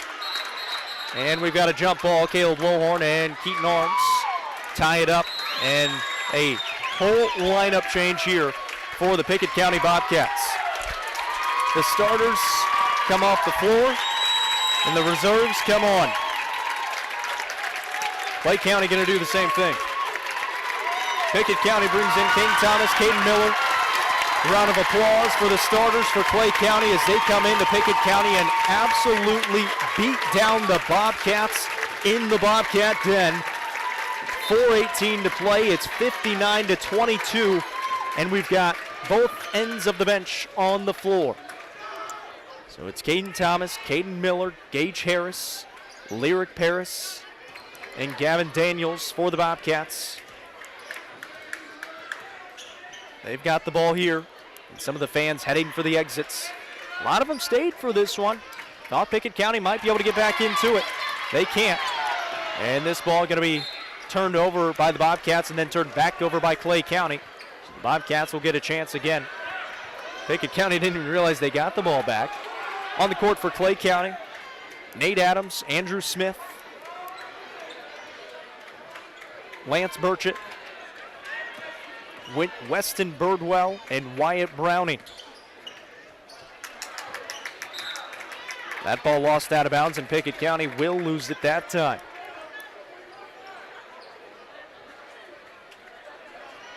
So 3:15 to play in this one. Bulldogs back with the basketball. Here's Wyatt Browning down low. He finds 2 points. The sophomore, who actually gets some playing time on the first squad, gets 2 points right there. 2:58 remaining in the ball game. 61-22 is the score. This is Lyric Paris with the basketball. He's going to be fouled. That foul's going to be called on Weston Birdwell, sophomore with the Bulldogs. That'll be his first. It's going to send Lyric Paris to the line for a couple of freebies, a chance for the freshman to try and get in the scorebook against Clay County. Can't connect on the first one as he's a little bit strong on that attempt. So the streak going to continue for Clay County. 13 in a row against Pickett County in the series. Second free throw no good. Rebound picked up though by the Bobcats. Gage Harris will have it. Gage, a little firecracker, will pass off to Caden Thomas. Then we'll find Daniels. Daniels lost the handle on it. Looking for a pass off. We'll find Lyric Paris. Hand off to Gage Harris. Kind of ran into Lyric Paris and then diving on the floor as Lance Burchett comes up with it and will get it ahead now for the Bulldogs. That's Nate Adams who puts up a shot but can't get it to fall. 3 ball from the corner for Burchett is good. The freshman knocking down the triple. 2 minutes remaining in the ball game. Gage Harris will have it now for the Bobcats on the left wing to Caden Thomas. Thomas on the left baseline, tried to bounce a pass off to Caden Miller. That goes out of bounds. And we'll get 3 more subs coming in here for the Bulldogs, as they'll take out Wyatt Browning, Weston Birdwell, and Nate Adams. Jacob, kudos to Coach Rob Edwards tonight. He had his team absolutely ready to play. No doubt about it. Really gutsy effort. Lockdown on the defensive end. Going to hold these Bobcats in the 20s. That's pretty impressive. And Coach Edwards getting everybody some run time as well as he brings in Joseph Birdwell, Kyler Westmoreland, and Colton Anderson, all of them sophomores. Those are the futures of this Clay County team. Getting some run here in this rivalry between Pickett and Clay. 1:08 to play in the ball game. It's 64-22 after a jump ball. Bulldogs with the basketball and then turn it back over to the Bobcats. So coming up next for this Clay County Bulldogs team, They get Gordonsville at home on Friday to try to improve to 7-0 and try and keep that first place spot. Gage Harris misses on a three-point attempt. He'll get it back, move it to Daniels on the right side. He fires it away. That's no good. Caden Thomas fighting through the rebound, stepped out of bounds, will be going the other way. 38 seconds to play for the Pickett County Bobcats. Mentioned it. They go on the road to York on Thursday. They turn back around on Saturday and play Cumberland County here at home. Gauntlet is just beginning. 6 games in 10 days for this Pickett County team. They get 3 more next week as well. Yeah, they're going to have to forget about this one quick and try to bounce back. Lyric Paris got blocked from behind. That block looked pretty clean from Joseph Birdwell, but they're going to call a foul on Birdwell and stop the clock at 14 seconds. It'll send Lyric Paris to the line. So Paris will be at the stripe. Try to knock down a couple more. Already missed on 2, misses on the first one there. And we'll get another sub back in. Weston Birdwell will check back in for Clay County. The only player to not have played in this game is Caden Strong, and he looks to be in warm-ups on the sideline, so he's not going to play in this game for Clay County. Caden Strong, a freshman for the Bulldogs. Second free throw good for Lyric Paris. That might just do it. 10 seconds and counting. The Bulldogs, oh no, drop Gavin Daniels. And that just adds some insult to injury. Final score, 64-23. The Bulldogs come into Byrdstown and win by 41. That's right, folks, a 41-point victory against the #1 team in the state. We got to take a break so we can try to fathom what just happened in that ball game. We'll be right back. Most insurance ads end at competitive rates, as if that's all that matters. As your local professional insurance agent, that's just where Kiesling Insurance begins. When it comes to insuring your home, your car, or your business, Kiesling Insurance offers you personalized service and advice, along with a choice of companies to fit your needs. And yes, competitive rates, too. When you need insurance, call them, or be sure and contact the team at Kiesling Insurance or visit them online at KieslingINS.com for details about life, home, auto, or business. As Pickett County soars higher this year, so does Amonette Eagle Auction. When you need your property sold, there's not a better team to call. Amonette Eagle Auction has the knowledge, skills, and tools to get the most money for you and your family. Check out eagleauctions.com to find out more or to see information on upcoming auctions. You might find just what you're looking for. Thanks, Amonette Eagle Auctions. When you need to get it sold, call Amonette Eagle Auction. We soar higher.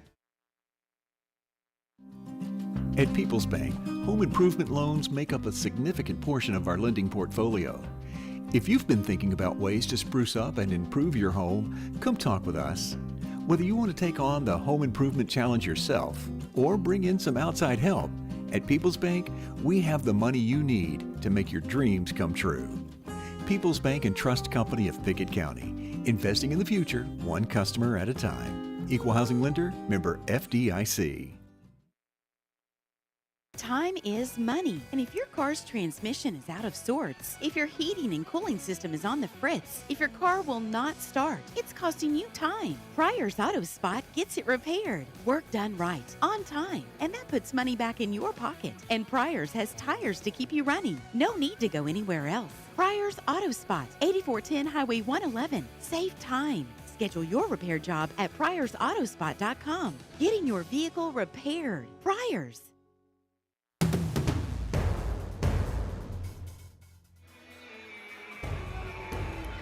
Well, what a night for the Clay County Bulldogs and Lady Bulldogs. They come into Byrdstown and get the sweep of Pickett County. First game was a very good one. A close game between the girls ends up being a win for the Pickett County. Make that the Clay County Lady Bulldogs 50-43, a 7-point win for them. On the boys' side, we thought it would be close. It was far from it. A 41-point victory. That's right, 41-point victory for the Clay County Bulldogs on the road at Pickett County. Final score 64-23. Casey, I'm sure you got a lot of thoughts. What are some of them? Yeah, my number one thought is Clay County's a really good basketball team. They came in here tonight, really dismantled this Pickett County team in every phase of the game. Offensively, they were able to score. Grant Strong able to get to the rack. Had a lot of players contribute on the defensive end. Hey, lockdown held Pickett County to 22 points, Jacob. I didn't think that was possible. They just Pickett County never could get going offensively, out of rhythm all night long. Kudos to Coach Rob Edwards. He had his team coached up, ready to come in here tonight. Pickett County, they're going to have to regroup quickly, Jacob, because the schedule doesn't get any easier. They've got some big games coming up over the next week, so going to have to try to forget this one, get this one in the rearview mirror, and start thinking about Thursday night. Excellent win tonight for Clay County. Excellent basketball team. Coach Rob Edwards, fantastic job tonight. For reference, the lowest point total for Pickett County earlier this season was at Coffee County on the road in a loss, 61-52. Pickett County only scored 23 points in this ball game. They averaged 67 points a ball game. Hats off to the Clay County Bulldogs. Absolutely locked down from the beginning. They brought the energy. Nobody could stop Grant Strong. He had 32 points in the ball game. All of them came in the paint. He got to the free throw line. He was able to knock down free throws. It was an absolute clinic put on both sides of the basketball for this Clay County Bulldogs team. They improved to 12-4 on the season, 6-0 in district play. They are now in sole possession of first place in District 7 in Class A. Pickett County drops to 5-1 in district play and 17-4 on the season. Let's go through the stats a little bit. Mentioned it, Grant Strong led the way with 32 points in this one. 9 points for Jimmy Burchett, 6 for Jeff Spivey, 7 for Keaton Arms, 3 for Bryce Bailey, 2 for Eli Smith, and 2 for Wyatt Browning. On the other side, only one double-figure score for the Pickett County Bobcats.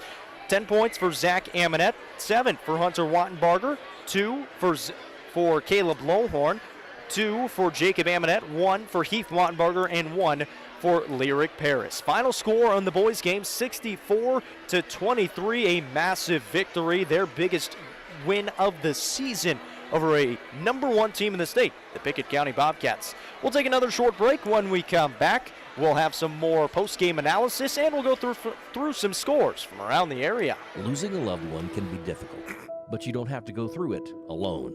Brown Funeral Chapel stands beside you, answering your questions, creating a plan, helping you with the budget, taking care of the details. Brown Funeral Chapel stands beside you in some of the most difficult times of your life.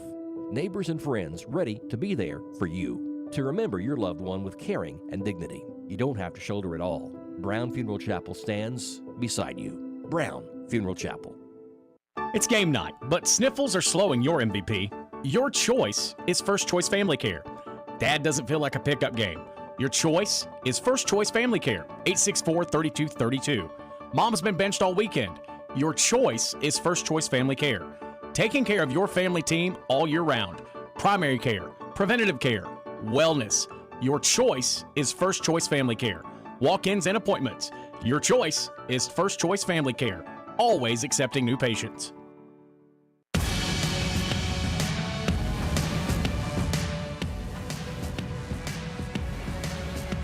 Back here at Pickett County High School, girls final in favor of the Clay County Bulldogs. They win at 50-43. On the boys' side, 64-23 in favor of the Bulldogs as well. They sweep on the road at Pickett County. Casey, a lot of other scores going on around the area. UC Sports Nation scoreboard, Jacob. Our final scoreboard update of the evening. We'll start with girls.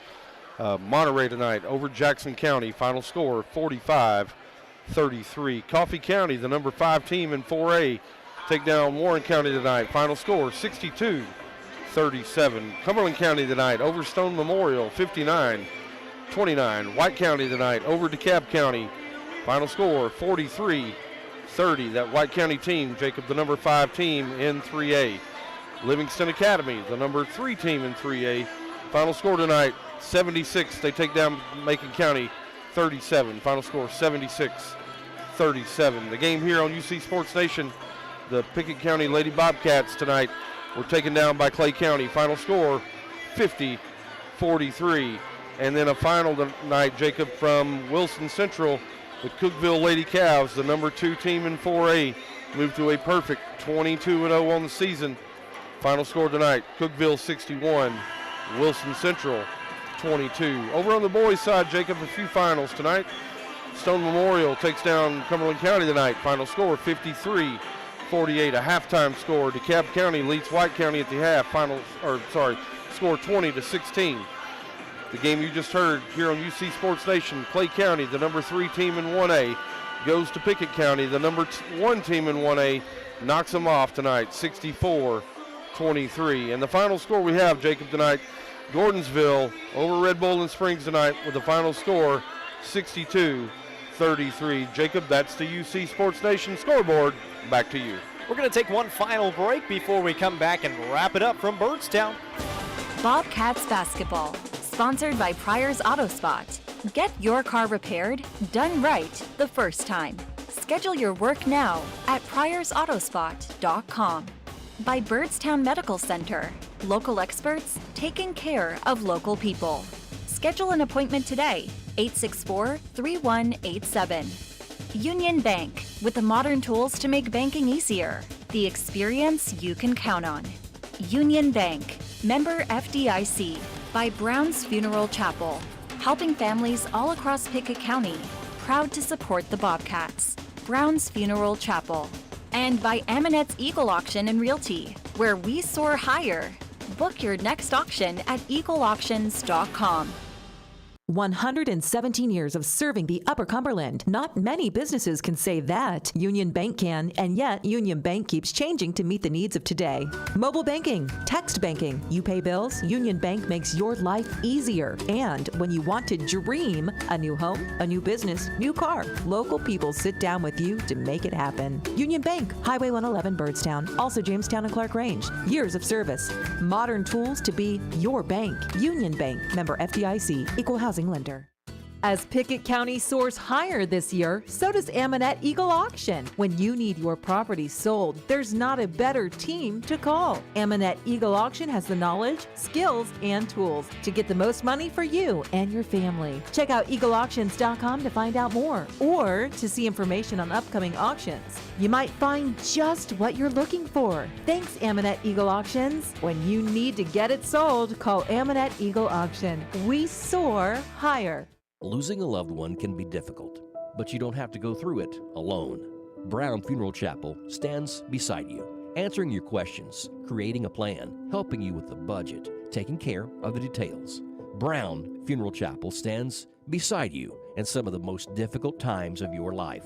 Neighbors and friends ready to be there for you, to remember your loved one with caring and dignity. You don't have to shoulder it all. Brown Funeral Chapel stands beside you. Brown Funeral Chapel. It's game night, but sniffles are slowing your MVP. Your choice is First Choice Family Care. Dad doesn't feel like a pickup game. Your choice is First Choice Family Care, 864-3232. Mom's been benched all weekend. Your choice is First Choice Family Care. Taking care of your family team all year round. Primary care, preventative care, wellness. Your choice is First Choice Family Care. Walk-ins and appointments. Your choice is First Choice Family Care. Always accepting new patients.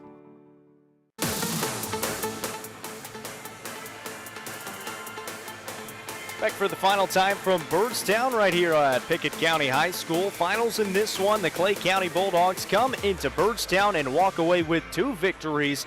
On the girls' side, it was a win for the Clay County Bulldogs, 50-43. Leading scorers for them, Hallie Buford with 16, 13 for Briley Burchett.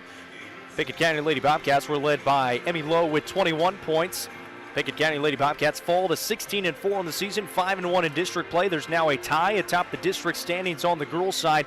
Both the Bulldogs and the Bobcats at 5-1. On the boys' side, it was the number 3 Clay County Bulldogs putting the absolute beat down on the Pickett County Bobcats, 64-23, a 41-point victory for the Clay County Bulldogs on the road in Byrdstown as they improved to 12-4 on the season and 6-0 in district play, sit atop the district standings by themselves now and control their own destiny with 2 games to play. The Pickett County Bobcats fall to 17-4, 5-1 in district play. They were led by Zach Aminette with 10 points. Grant Strong led the way with 32 in this one for the Clay County Bulldogs. Coming up next for the Clay County Bulldogs, they take on Gordonsville at home in a district battle on Friday. For the Pickett County Bobcats, they've got 2 games to go this week. Their next one comes up on Thursday at York Institute. 2 very good basketball teams. As the road doesn't get any easier, that one on the road at York Institute. Our coverage will start at 5:45 as per usual. Again, we'd like to thank each and every one of you listening. We had a lot of listeners, and we appreciate it. This was a fun matchup to do. The girls' game, very fun, and what a game from the Clay County Bulldogs in the second game. We appreciate all of you tuning in from wherever you tuned in from. For Casey Bolden, I'm Jacob Vincent saying so long for now. We'll talk to you from York on Thursday. 117 years of serving the Upper Cumberland. Not many businesses can say that. Union Bank can, and yet Union Bank keeps changing to meet the needs of today. Mobile banking, text banking, you pay bills, Union Bank makes your life easier. And when you want to dream a new home, a new business, new car, local people sit down with you to make it happen. Union Bank, Highway 111 Birdstown, also Jamestown and Clark Range. Years of service, modern tools to be your bank. Union Bank, member FDIC, equal housing lender. Most insurance ads end at competitive rates, as if that's all that matters. As your local professional insurance agent, that's just where Kiesling Insurance begins. When it comes to insuring your home, your car, or your business, Kiesling Insurance offers you personalized service and advice, along with a choice of companies to fit your needs. And yes, competitive rates too. When you need insurance, call them, or be sure and contact the team at Kiesling Insurance or visit them online at KieslingINS.com for details about life, home, auto, or business. When your day-to-day work causes pain, when your daily exercise stops you cold, when picking up the groceries or your grandchild makes you ache, call Milestone. Milestone Physical Therapy improves lives. Milestone builds futures by finding the source of your pain. It's not about covering up the aches, it's about getting rid of them. Call 864-8090 for an appointment. 864-8090. Orthopedic care that improves your life. With over 20 years' experience, see Laura Reagan at Milestone Physical Therapy. Going to the doctor regularly. It's not your favorite thing in the world, but it is the key to staying healthy. So schedule an annual physical with Birdstown Medical Center. 864-3187. A lot can change in a year. Better to fix it than wonder, right? 864-3187.